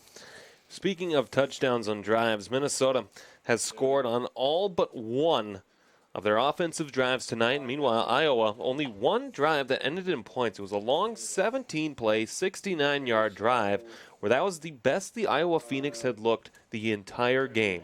Yeah, and that one offensive drive that Minnesota was not able to capitalize on was the fumble by number 34, Tank Nelson, which, I guess you could say fortunately, was so far deep into Iowa's territory that they weren't able to capitalize on that turnover. Well, and speaking of Iowa being unable to capitalize on turnovers, there have been a lot of turnover on downs and 3-and-outs for the Iowa Phoenix. Just counting through it, if you look at all of the drives that Iowa have had, they have either gone 3 or out or turned the ball over on downs on all but one drive. And again, that one being that touchdown drive. So as we await the start of the second half of play, the teams have returned to the field, and the men in black and white have as well. So we will await the start of it. Again, the playoffs begin next week in the WFA. On the American Conference side, Minnesota most likely, if everything holds out, Minnesota will travel to St. Louis next weekend, and Houston will travel to Mile High to face off against the Blaze. On the national side of things, Cleveland will travel to Pittsburgh, and Columbus will travel to Detroit. On the National Conference side, the winners of those games will play on the 29th, with the winners playing in the championship game for Division II at the Colorado School of Mines coming up on July 13th. Hey, Vixen fans, Northwestern Health Sciences University offers excellence in healthcare education and clinical internships. They're located in Bloomington, Minnesota, where they train doctors of chiropractic, oriental medicine practitioners, acupuncturists, radiology technicians, and massage therapists. More info on careers in the healthcare profession is available at nwhealth.edu. The Vixen are proud to have Northwestern as our partner and provider of sports and performance care. Coverage of this game of the week is brought to you in part by Northwestern Health Sciences University. Coverage of this game of the week is also sponsored in part by Blue Frame Technology, the premier end-to-end streaming provider for sports organizations across the United States. With over 600 clients in NCAA Division I, Division II, and Division III conferences, along with other sports leagues as well. More info on Blue Frame's end-to-end solution for production, management, and distribution for video streaming is available at blueframetech.com. Other games tonight in the WFA Division II. St. Louis hosts Columbus. We are obviously here at Iowa. Houston is home to Dallas. Austin is at County. And on the Pacific side, the Mile High Blaze are traveling to Kansas City to face off against the Titans. And the Seattle Spartans are ending their season at home against Tacoma. The Vixen were the team that started on offense. They started off with a kickoff as Iowa deferred the opening coin toss. They will receive to start this second half of play. Kate Murphy winding up high into the air on this kick. She'll watch it bounce overhead. Christensen is able to field it for Iowa to the 30. Trying to go pass down to the 30, but Tilly Tilford first on defense for Minnesota. And that's where Iowa will start, 1st and 10 from their own 32. So, I mean, during halftime, we didn't get too much of an opportunity to talk to either team, but we could see the coaches definitely talking to Iowa. They were all huddled up down there in the shade off to the 10-yard line on their close side here. And, as a coach for Iowa, when you come into the half and you're already looking at yourself down by a score of 46-6, what do you go for? What do you actually say to your team? I mean, obviously, I know Iowa's not going to quit. There is no quit in anybody in this state. Well, I think you have to look at, again, that 17-play drive where that little nickel and dime work the ball slowly up the field instead of going for the big play. We see a lot of teams, and we've seen a lot of teams go for that big play, especially when we saw Kansas City play. We saw St. Louis play, too. They go for the big play. We have flags on the field. This will be another 12 players on the field penalty for Iowa. And that's the second time that's been called this game. Yep, I'm counting them right now, and I'm counting 12, and looks like number 22 is going to be running off the field. That's where Wabash, or what, the one we didn't have the name for. So I'm not quite sure. I mean, it's I don't want to insult any of these players, but you're counting to 11. And part of that falls down on the coach as well. The coach needs to look out there and know who is going out onto the field for him. Breon's pass complete to Trevelyan. Flag down. The Vixen have it on a fumble recovery, but Trevelyan down, not moving. So the player injured. The ball was recovered by Mugas. I'm not sure if it's a fumble recovery or not, but we do have a player down for Iowa, and the officials will talk about possession. Well, he threw his little beanbag down there on the ground when the ball popped loose. So depending upon what the outcome of the penalty is, will be a personal foul called against Minnesota. And so with that, Iowa will retain possession. It'll be a first down for the Phoenix. Still looking at the injured player, Shannon Christensen, the wide receiver, 5'8", out of West Des Moines, and a Benny from all the way up in St. Cloud, Minnesota, at the College of St. Ben's and St. John's.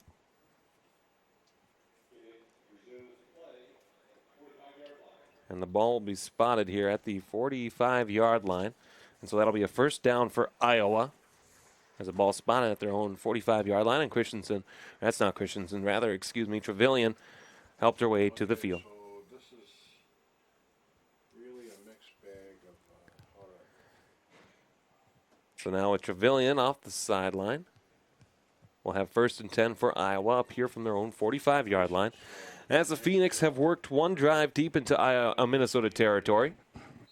Keep those markers in the back. And again, if you may be joining us just now, we don't know how much time is left in the third quarter, or in the game for that matter. The scoreboard is out and has been out for the entire game, so we are doing our best to estimate here. They'll go trips out to the right with Breon the quarterback, Green in the backfield with her. The handoff is to Green. Green met immediately and brought down as the Vixen were able to get back there into the backfield. Madison Schmatz on the tackle for loss. It's a loss of 3 yards on that play. Second down. Yeah, Schmatz, we talked about her a little bit in the first half. Hasn't had her name said a lot this game, but, this being my 5th year with the organization, I can tell you that although Schmatz's name does not come up often, when it does come up, it means something. And she showed once again on that tackle for a loss why she's here. Schmatz third on the Vixen in tackles with 20 overall, 3.5 tackles for loss. We'll make it 4.5 now.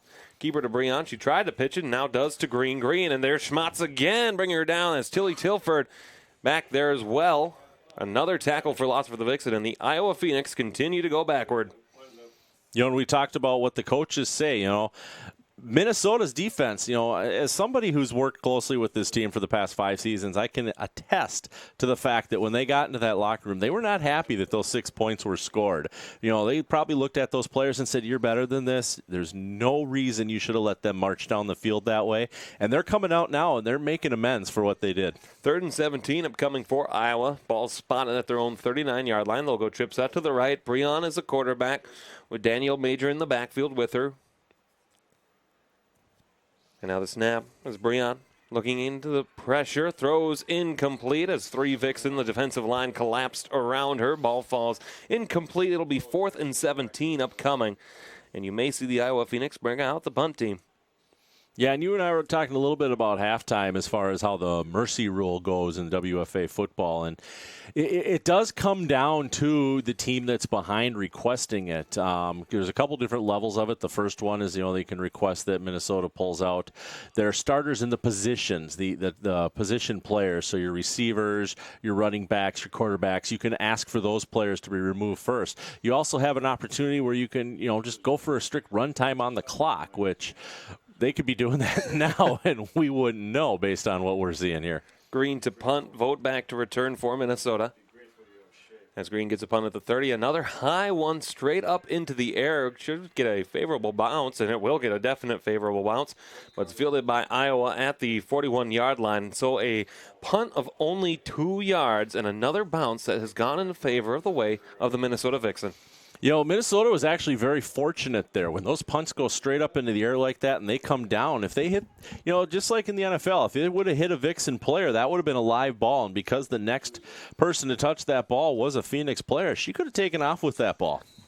So 1st and 10 for Minnesota here from the Iowa 41-yard line. Again, points on many of their last drives as McIsaac back into the game as the quarterback. Her and Emily Evans have split time in this one. As again, on the last number of drives, it's been rushing attempts from just inside the 5-yard line that have given Minnesota points in the lead of 46-6. As McIsaac, the quarterback, she'll get the snap. Flushed out of the pocket. She'll have to keep it herself. Has a hold of the 35, spinning around. Green tried to bring her down, but was unable to do so. She got some assistance from some more of the Phoenix, but a gain of 7 on first down for Aaron McIsaac. McIsaac, that's the 3rd time that they've snapped the ball to her, and the 3rd time that she's kept it and ran with the ball. So, McIsaac's showing that she's very versatile as a running back as well, as she can get that ball. She looks for the hole up the middle. She breaks through. She had some great blocking there. We saw a couple of her linemen there blocking the players, from Iowa that had opened up that hole and allowed her to pick up those 7.5 yards. So it'll be 2nd and 3 for Minnesota from the Iowa 34-yard line. And as they approach the line here, they'll go from the right hash. McIsaac out of the pistol formation has Cooper in the backfield. We'll send Vogt in motion from left to right. She'll stop right in front, handoff. Not to Cooper, but right up the middle. Don't think she got any. She may have lost a couple of inches on that play. She'll back up. It'll be 3rd and 4 upcoming here for Minnesota. And I'm not sure who that running back is. I want to say. I didn't catch it either, unfortunately. I've been staring out the window trying to say who was that got up with the ball, but they handed it back to the referee too quick. So we'll wait to see who comes back out here. It'll be 3rd and 4 here for Minnesota from the Iowa 35-yard line. It's McIsaac, the quarterback. I want to say that's 33. I want to say that's Meg Larson, the running back. As we'll spread offense here. 2 out to the left, 2 out to the right. And McIsaac looking back into the defense, calls for the ball, fakes the handoff, and down she goes. But look at how she keeps those legs churning just to push forward, and the whistle blows as forward progress has been stopped. It's a loss of 1 on the carry. That is indeed Meg Larson, the running back, 5'2", as she got pushed backwards. And that'll be 4th down and about 6 here for Minnesota. Yeah, Meg Ullman Flute Heyman Larson, number 33 there. That's actually her full name, Alex, if you want to get technical. She's a player that's been around Minnesota Vixen here for a number of years as well from Eagan, Minnesota. Went to college for the University of Minnesota Morris. So it's nice to see we've got players coming in from all corners of our state. So it'll be 4th and 6 here from the Iowa 37-yard line. The offense will stay on the field, as Larson will be in the backfield behind McIsaac, or that's Evans, rather. As a spread option. They'll keep it in close. Handoff, it is McIsaac again, McIsaac throwing strong pass over the middle, incomplete. Pass was looking for Shauna Anderson, but it falls incomplete. Some good coverage by Iowa to force the 3 and out as Rachel Ham in coverage among others for Iowa, and a turnover on downs for Minnesota, their first one of this game. And McIsaac was really trying to hit Shauna Anderson there up high. She had double coverage on her, and she actually started to come down with the ball, but I think it was a punch there by number 32, Rachel Ham, for the Phoenix that prevented that reception from happening. So it'll be 1st and 10 for Iowa from their own 37, their second drive of this second half. First drive went 4 plays before they had to punt it away. That punt only a 2-yard one, so something to consider again as play moves on. We don't know how much time is left. As Breon, the quarterback, has trips out to the right. She'll get the snap, dropping back, throwing into the trips formation. Intercepted down the sideline. Amy Mugas trying to get into the end zone. She's able to get through there. Touchdown, Minnesota. Interception returned by Amy Mugas. Yeah, number 13 for Iowa there, Alexandria Breon, their quarterback, actually gave her that little push to get her past the pylons. I think she was trying to push her more of an out-of-bounds direction, but Mugas had the momentum going and just wasn't able to get her out of bounds, so Mugas gets the pick 6 for Minnesota. The first interception of the game for either team. And on the return, that would have been a 37-yard interception return for Mugas. And so Muller now for the extra point. She's hit 4 today, but has had one that missed and another one that was fumbled with briefly. So another high snap. It's pulled down by Mugas as she'll roll out to the right, trying to keep the play alive. Still able to do so before she's brought down by a couple of members of the Iowa Phoenix. Danielle Elliott there first. And that'll be another unsuccessful conversion. But with that point on the scoreboard, it'll be 52-6. Minnesota up over the Iowa Phoenix, just 7 points shy of the 59 that they put up in the middle of May, excuse me.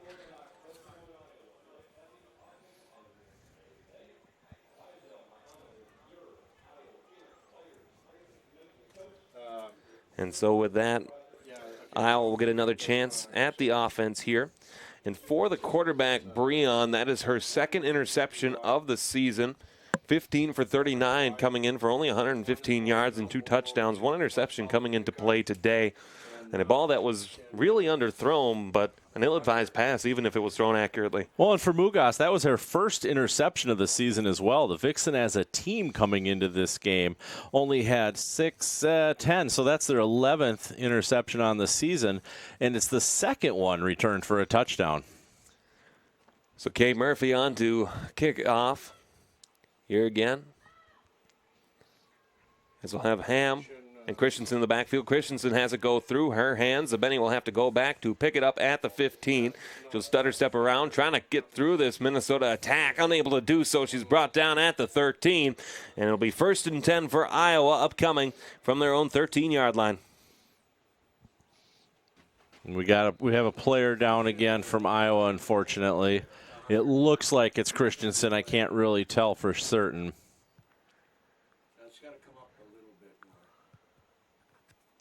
So we'll wait to see what's going on here. Hey fans, tonight's live broadcast of the Game of the Week is brought to you by Town Square Television and Ritchie Media Group. You can follow the Vixen on Town Square Television this season on Comcast Channel 14, townsquare.tv, and on Facebook Live. Also, special thanks to the community stations around the Twin Cities for their support of Minnesota Vixen football. And again, if you are watching us on Facebook Live, please feel free to hit that donation button to make sure that we continue to bring you the best of Minnesota Vixen football coverage, not just to conclude this regular season, but next week in the playoffs down in St. Louis, and then next season as well. Certainly a lot more Vixen football to be played, and we certainly hope to see you out at Coolman Stadium or out on the road. Again, a great Vixen contingent on that's eastern sideline and those stands over there. As now Christensen helped off the field with her coaches. There have been a number of injuries for the Iowa Phoenix so far tonight, where only 5 players, are available on their sideline. You know, we talk about Town Square TV as one of the great sponsors of the Minnesota Vixen. This is the 5th season that Town Square Television has been helping broadcast Minnesota Vixen games. First season for the road games, though. And one great thing is you can actually go to townsquare.tv and you can go to Game of the Week and you can pull up the archive of all their home games from the last 4 seasons along with their home and road games from this season and watch any of them at any time that you would like. So it's kind of cool to have all those archive games. It's not quite NFL films, but it's the second best thing.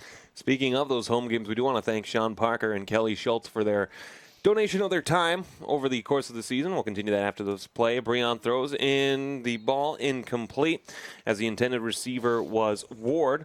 As the ball goes incomplete there, second down upcoming. But again, thank you to Sean Parker and Kelly Schultz for doing the home games this year. We hope to have to hear their wonderful voices again if the Vixen are able to host the the American Conference playoff championship game. Hopefully we're able to do that. That would be the weekend of June the 29th at Coolman Stadium. And so the Vixen will play defense again here with Iowa trailing by a score of 52-6. 2nd and 10 here for the Phoenix. As a pitch to the outside, Green has the ball. Across to the original line of scrimmage. She's pushing forward to the 15. That's where she'll be upended right at that 15-yard line by a number of Vixen. 3rd and 10 upcoming from that same spot.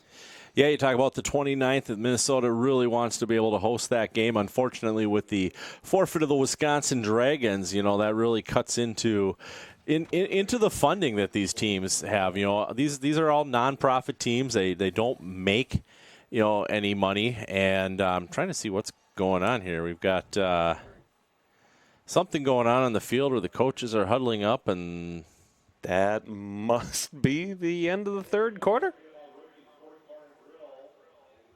I'm going to say that's the end of the 3rd quarter, and it looks like we must be in a running time option. Vixen are up 52-6. This is your home for Minnesota Vixen football, Town Square Television.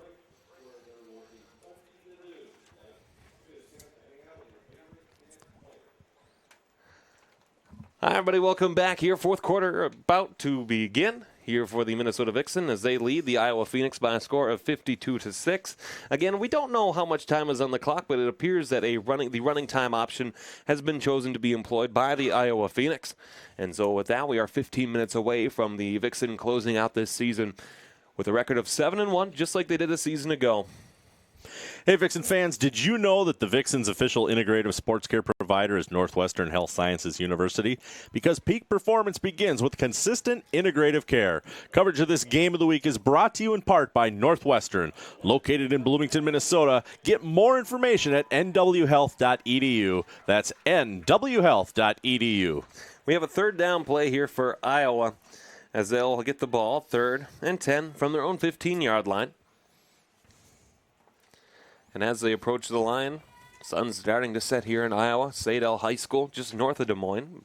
Beautiful campus. Best press box certainly we've been in on the road all season. Definitely. As Breon works out of the shotgun, she gets a snap flushed out of the pocket before a number of Vixen get to her for the sack. Britta Clark in there first for the sack for the Vixen. Britta Clark, Jocelyn Nelson, they were both in on that tackle. Looks like we also had Sil Winton in there. And I got to hand it, somebody was watching in Miami, Florida, and they had Sil the Deal Winton, which is an awesome nickname. So we saw your comment on our Facebook Live post, and Sil the Deal Winton is going to stick. That was a great one. And if you are watching on Facebook Live, again, there's that donate button. Feel free to share some of your hard-earned cash with Town Square Television so we continue to improve our broadcast. But also leave a comment. Let us know where you're watching from, your opinion of the broadcast, and let us know how you're doing. It's one of the first weekends in summer. Green to punt. It's a line drive. It'll bounce first at the 30 back to get it Adri Vogt. Vogt will watch it bounce to the 40. A favorable bounce there. I thought that touched her. It did. And the Iowa Phoenix are aware of it as Danielle Major falls on the ball, and that's an unlikely turnover for the Minnesota Vixen. Yeah, we talked about that on the last punt where we mentioned if it accidentally touched the Vixen. This time, Andre was going down to pick up that ball, and it just rolled right out of her fingers. But the Iowa Phoenix were right there to take advantage of that miscue. So Andre Vogt with the muffed punt gives the Iowa Phoenix life appropriately, considering that their name is that. So 1st and 10 for Iowa from their own 36-yard line. And assuming that we have a 15-minute running clock, we have a better idea of how much time is left. And so Breon will work out of the shotgun here. Green in the backfield out of a pistol formation. So trips out to the left, one far off to the right side. Breon gets a snap. Pitches the ball here to Green. Green picking up some speed, trying to spin through the Vixen, but right there, Amy Mugas on the defensive coverage, the tackle for loss. It's a loss of 2, 2nd down. Yeah, Green has really been the go-to player this game. In the first half, she was thrown to 5 times, 4 of them for completions. She also had 50% of their rushes last half, and already this half, she's got 50% of their completions and 100% of their rushes. 52-6, Minnesota leads Iowa in this last regular season game of the WFA season. Bearing the miraculous, we assume that we are heading to St. Louis next weekend for the start of the Division II playoffs. Brian and myself will join you from St. Mary's High School. We're certainly looking forward to heading to that oven of a press box once again. I was just going to say, not one of the better press boxes that we've had the opportunity to be in this season. So Breon gets a snap, throwing out to the right side. Green picks it up there. Spinning, trying to get to the 35. Again, you talk about that group tackle ability of the Minnesota Vixen. So many people there. Jocelyn Nelson first, but a number of Vixen working together as a team to bring down that ball carrier. And one thing that many people don't realize about the Minnesota Vixen here is they do more than just play and practice football together. When we were down in St. Louis a couple of weeks ago, they went to the zoo together. They went to the Arch together. When we're in Milwaukee, they go places together to see the Michigan River there. This team sticks together year-round, not just practices, not just games. They become best friends, and they hang out. Well, certainly important that relationship you talk about on and off the field. And you love to see how well the Vixen have been doing in cultivating that and making this one of the most fun teams to play for, one of the most fun teams to watch. Shotgun formation here. Breon gets a snap. They'll do the same play again. Ooh, a flea flicker here. Oh, boy. Christensen has it. She's going to sprint forward, but Mugas racing back, trying to get her down. What a tackle by Amy Mugas. And they want a horse collar tackle. You definitely could have had one there, but a great play by Amy Mugas to get back and bring down Shannon Christensen when she had nothing but Green ahead of her. Now, McIsaac's fooled you a few times. Green fooled me on this one. I'm like, okay, she's getting tackled, but we do have the flag.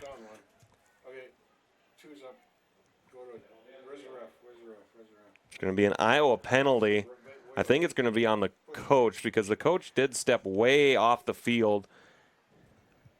You can see how unhappy the coach is there. She is not happy. She's throwing her things at the other coach. Definitely, not something. You don't want to lose your composure in a situation like this as a coach. Because then you're just looking for another foul to be called against you, and that's not what you need this late in the game, especially after such a successful play. Probably the most successful play you and I have seen performed this entire season by any team. I mean, really, it was a well-drawn flea flicker, but I think the reason why they are pacing it off, I wonder if she wasn't ahead of that line of scrimmage. Did Green when she threw that football.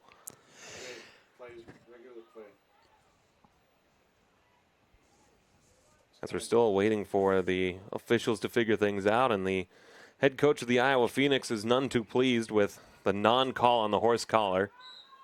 I don't know. Let's say there would have been the call on the horse collar there. With the penalty against Iowa, they would have been, in their original line of scrimmage anyway. Exactly. So it would have negated the play.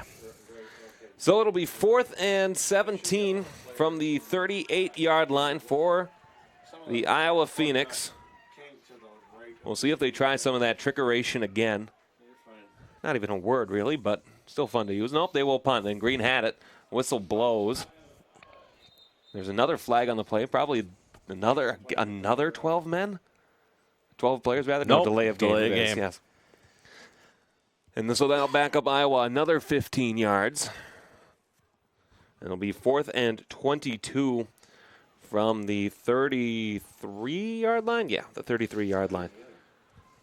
And again, just the number of times that even on a missed call, which there probably should have been one there, even on a missed call, there's just been too many of those technical errors for the Iowa Phoenix here in this one.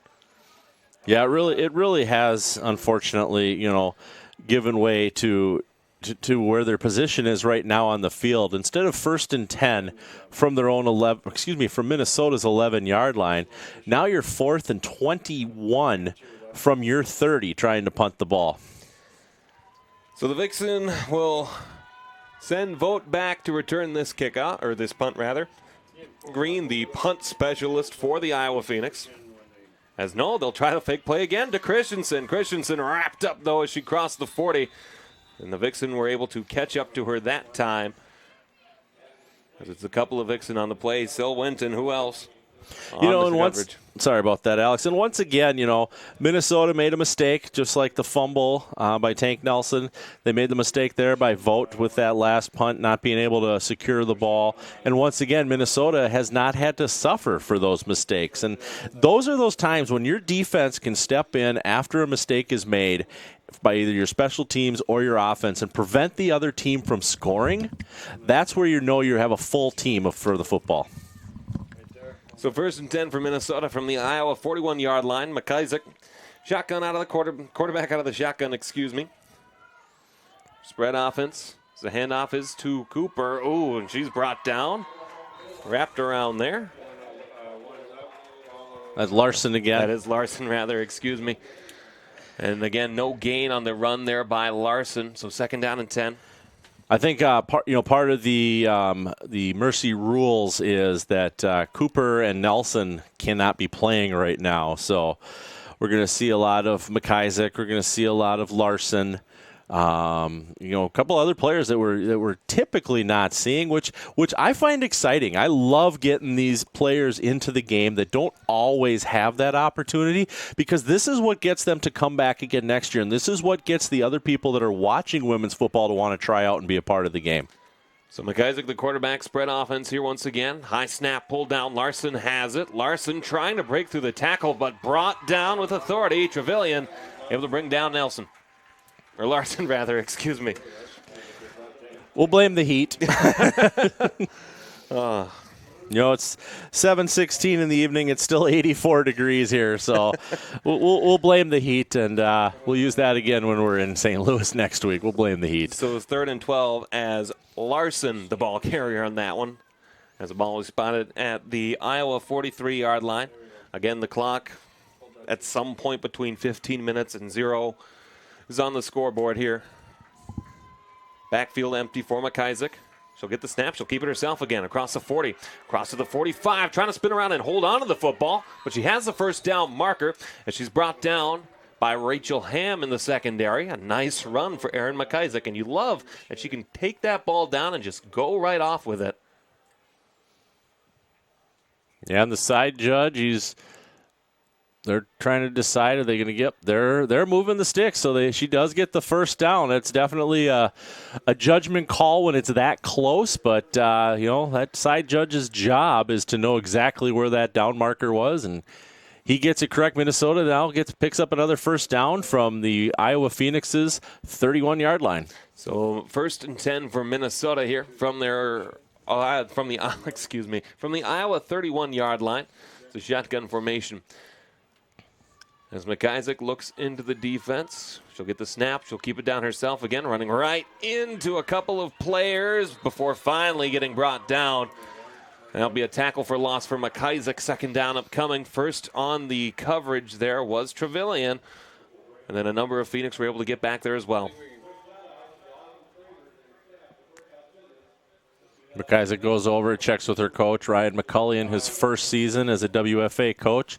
Find out what play is going to be brought into the huddle here. And McIsaac runs back in. She's going to let the team know what they're going to do here on second down after that loss of a couple. Well, speaking of Ryan McCullough, we have to talk about what a fantastic job he has done this season, continuing the tradition of excellence that the Minnesota Vixen have had. And they've been really one of the most impressive teams in the WFA just on the offensive side of the ball alone, especially when that defense is at full strength, too.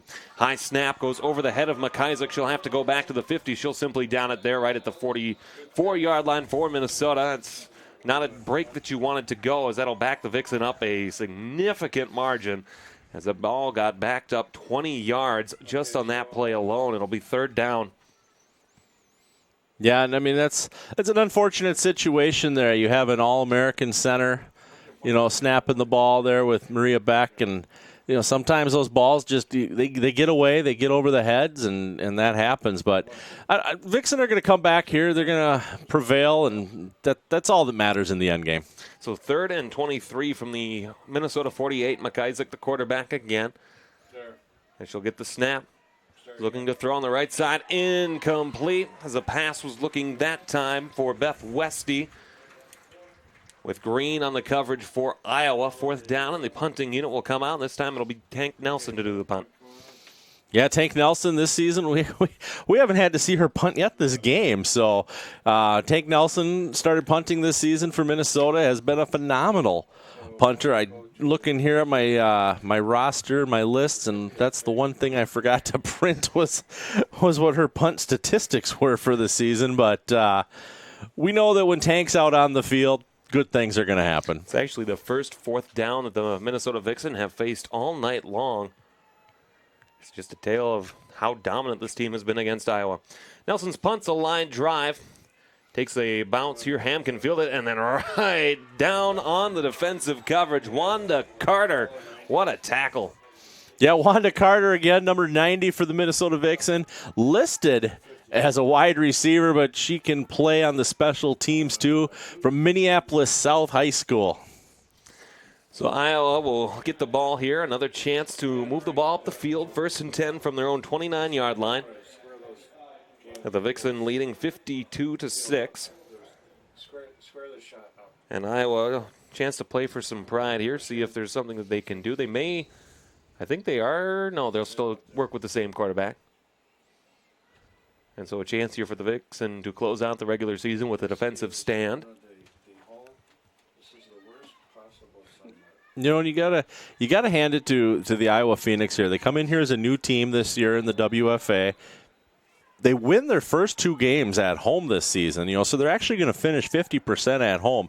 And looking out our window here, there's a good 40 to 50 fans, which you and I, when we're on the road, we get to see what kind of fans come. And not every team is as fortunate as Minnesota to have the 500 fans at a home game or the 400 fans at a home game. So when we come on the road and we see a number of fans backing the team, especially in the team's inaugural season, that's gonna prove well for the Iowa Phoenix. I can see them coming back next year.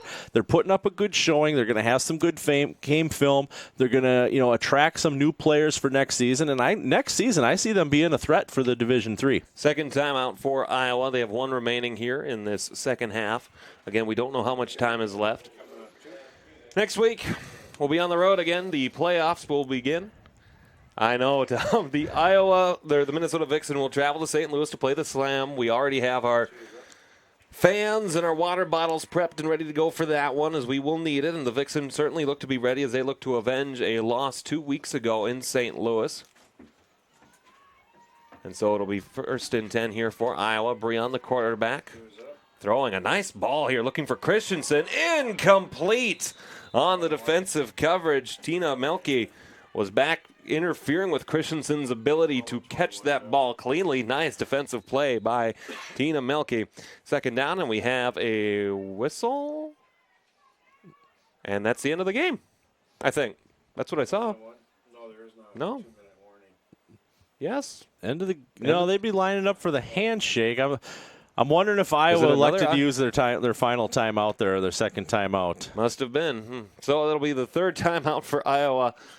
Their third of the game here. Again, we're doing our best here with the timekeeping, but sometimes when you don't have the scoreboard operating, and yes, the pixels are still dancing at this point in time, we're doing our best, and we hope that you are willing to put up with this just a little bit when hopefully next week in St. Louis the scoreboard will be working and accurate and everything will be lovely. Vixen fans, quality sports and performance care is found at Northwestern Health Sciences University at nwhealth.edu. Northwestern is the official integrative sports care provider of the Minnesota Vixen because Vixen athletes know that peak performance begins with good health. Coverage of this game of the week is brought to you in part by Northwestern Health Sciences University. So 2nd and 10 here for Iowa as the ball spotted at their own 29-yard line. We'll see if they continue to go for Christensen here. One of the favorite targets for Breon here in this game. Ward moved in motion. Now Breon's throw, a nice one. It's pulled down there this time by Green. Green with a couple of Vixen right on top of her already. Melke was there first for Minnesota. It's a gain of 4, third down. And that's Green's third reception of this half. So she's 100% for this half, plus she had 4 for 5 in the first half. So, I mean, Green is definitely Breon's favorite receiver. We have the arms waving. Another Iowa timeout. That'd be third and final timeout, that's for sure. So they're going to be done with timeouts. So the Iowa timeout, their third, apparently, of this second half. Fans conferences like the MIAA, ECC, NJCAA, GLVC, WAC, and Southland Conference are able to provide high-quality, cost-effective streaming solutions for their member schools and fans because of one of the sponsors of today's Game of the Week coverage, Blue Frame Technology. Blue Frame can provide the tools to build a custom digital network. Details are available at blueframetech.com. Late stages, fourth quarter. Pick a time that is relevant to you and select that, and that is how much time is left. Because, again, we have no idea how much time is left, as you are probably tired of hearing right now. Minnesota up 52-6 over Iowa. And the only way Alex knows the score is he actually has little, it's like he's in prison here. He's got the little hash marks all over the wall keeping track of the score. So different color for each team, of course. Breon sends Christensen in motion. Dropping back to pass. Nice ball looking for Christensen again. Underthrown, though, incomplete. It'll be third down intended for Christensen again. On the coverage for Minnesota, Catherine Tesh. It'll be fourth down upcoming. And that was number 4. That was our kicker. That was Amanda Atkins on the coverage there, preventing that. I apologize. For some reason, I looked up and saw a different name originally, but Atkins on the coverage there, preventing that catch from happening and preventing the receiver from being able to come back to receive the ball. 4th and 6 for Iowa from their own 33. Breon's throw incomplete at the feet of Green, and that'll be a turnover on downs. And the ball will be spotted 1st and 10 for Minnesota from the 33-yard line, with a chance to wind some clock down. Good job. Stop there. A reminder, next week will be in St. Louis. You can catch that game again, townsquare.tv. Will be tape delayed on a couple of public access stations around the Twin Cities. In order to help us with that, please remember to hit the donation button. And that actually is going to end the game. As the two teams have decided to line up, that'll end the game. Minnesota victorious by a final score of 52-6, putting a big exclamation point on their season, where they finish up 7-1, good for second overall in the Midwest Division of the American Conference, and moving forward into the playoffs. A lot of good to look forward to as we face off against St. Louis next week. And we'll be back to recap this one in just a moment. This is your home for Minnesota Vixen football on Town Square Television. Well, everybody, welcome back to the Minnesota Vixen Game of the Week here on Town Square Television. As you can see, the Vixen once again victorious by a final score of 52-6. Alex, I've had a lot of fun on these road trips. I know we're not quite done yet. We have at least one more guaranteed road trip. What do you think Minnesota needs to do when they head down to St. Louis next week? Well, Brian, you and I both watched this game. The game today and then the game back in St. Louis, and we saw a lot of little miscues where the Vixen weren't really able to get the offense going until that second half. And when you have a team that's as deep and as talented as St. Louis's, Jamie Gall is one of the best quarterbacks I've seen play live ever. And when you have a Kaylee Knightsling, too, that's able to catch the ball and do a lot of good things with it, you have to be able to match them pound for pound. And in that first matchup, the Vixen just weren't able to until it was too late. So they have to be ready to go from that first whistle. It's going to be hot. It's going to be humid. But if you want a chance to host that American Conference Championship game, presumably against Mile High, you have to be able to come out and be ready to go from that opening whistle. Right, and at this point, we have no idea what's going on with those games. This game being an extremely early start, our earliest start of the season at 5 p.m. here in the Central Time Zone. You know, Mile High's game is going to be at 7 p.m., and realistically, right now, you know, we're at 7 p.m. here. They're still only 6:30 there, so they haven't even begun to kick off yet. They've already known the outcome of this game. So the Vixen conclude the regular season at 7-1, same record as last season, but a lot to look forward to moving into the playoffs. And again, as we wrap up our broadcast here from the regular season, there's a lot of people that we want to thank. We want to thank Tom Ritchie and Ritchie Media Group for bringing out all their resources. We want to thank Town Square Television for continuing to allow us, as well as the Minnesota Vixen team for coming in and recruiting us, Brian, you as the PA announcer for the Vixen, and bringing in myself and Sean Parker and Kelly Schultz and all the wonderful individuals that have been involved with Minnesota Vixen coverage this year. And it's something that we certainly would love to continue into the playoffs of this season and into next season as well. Again, if you're watching on Facebook Live, the donation button right there. Feel free to leave us a little something for our efforts so that we continue to bring you Minnesota Vixen football and the best of the WFA Division II. And with that in mind, let's send it on home. For Brian Sweeney, Tom Ritchie, and our entire broadcast crew, the Minnesota Vixen victorious by a final of 52-6. I am Alex Westad. We'll see you next week from St. Louis. This is your home for Minnesota Vixen football, Town Square Television.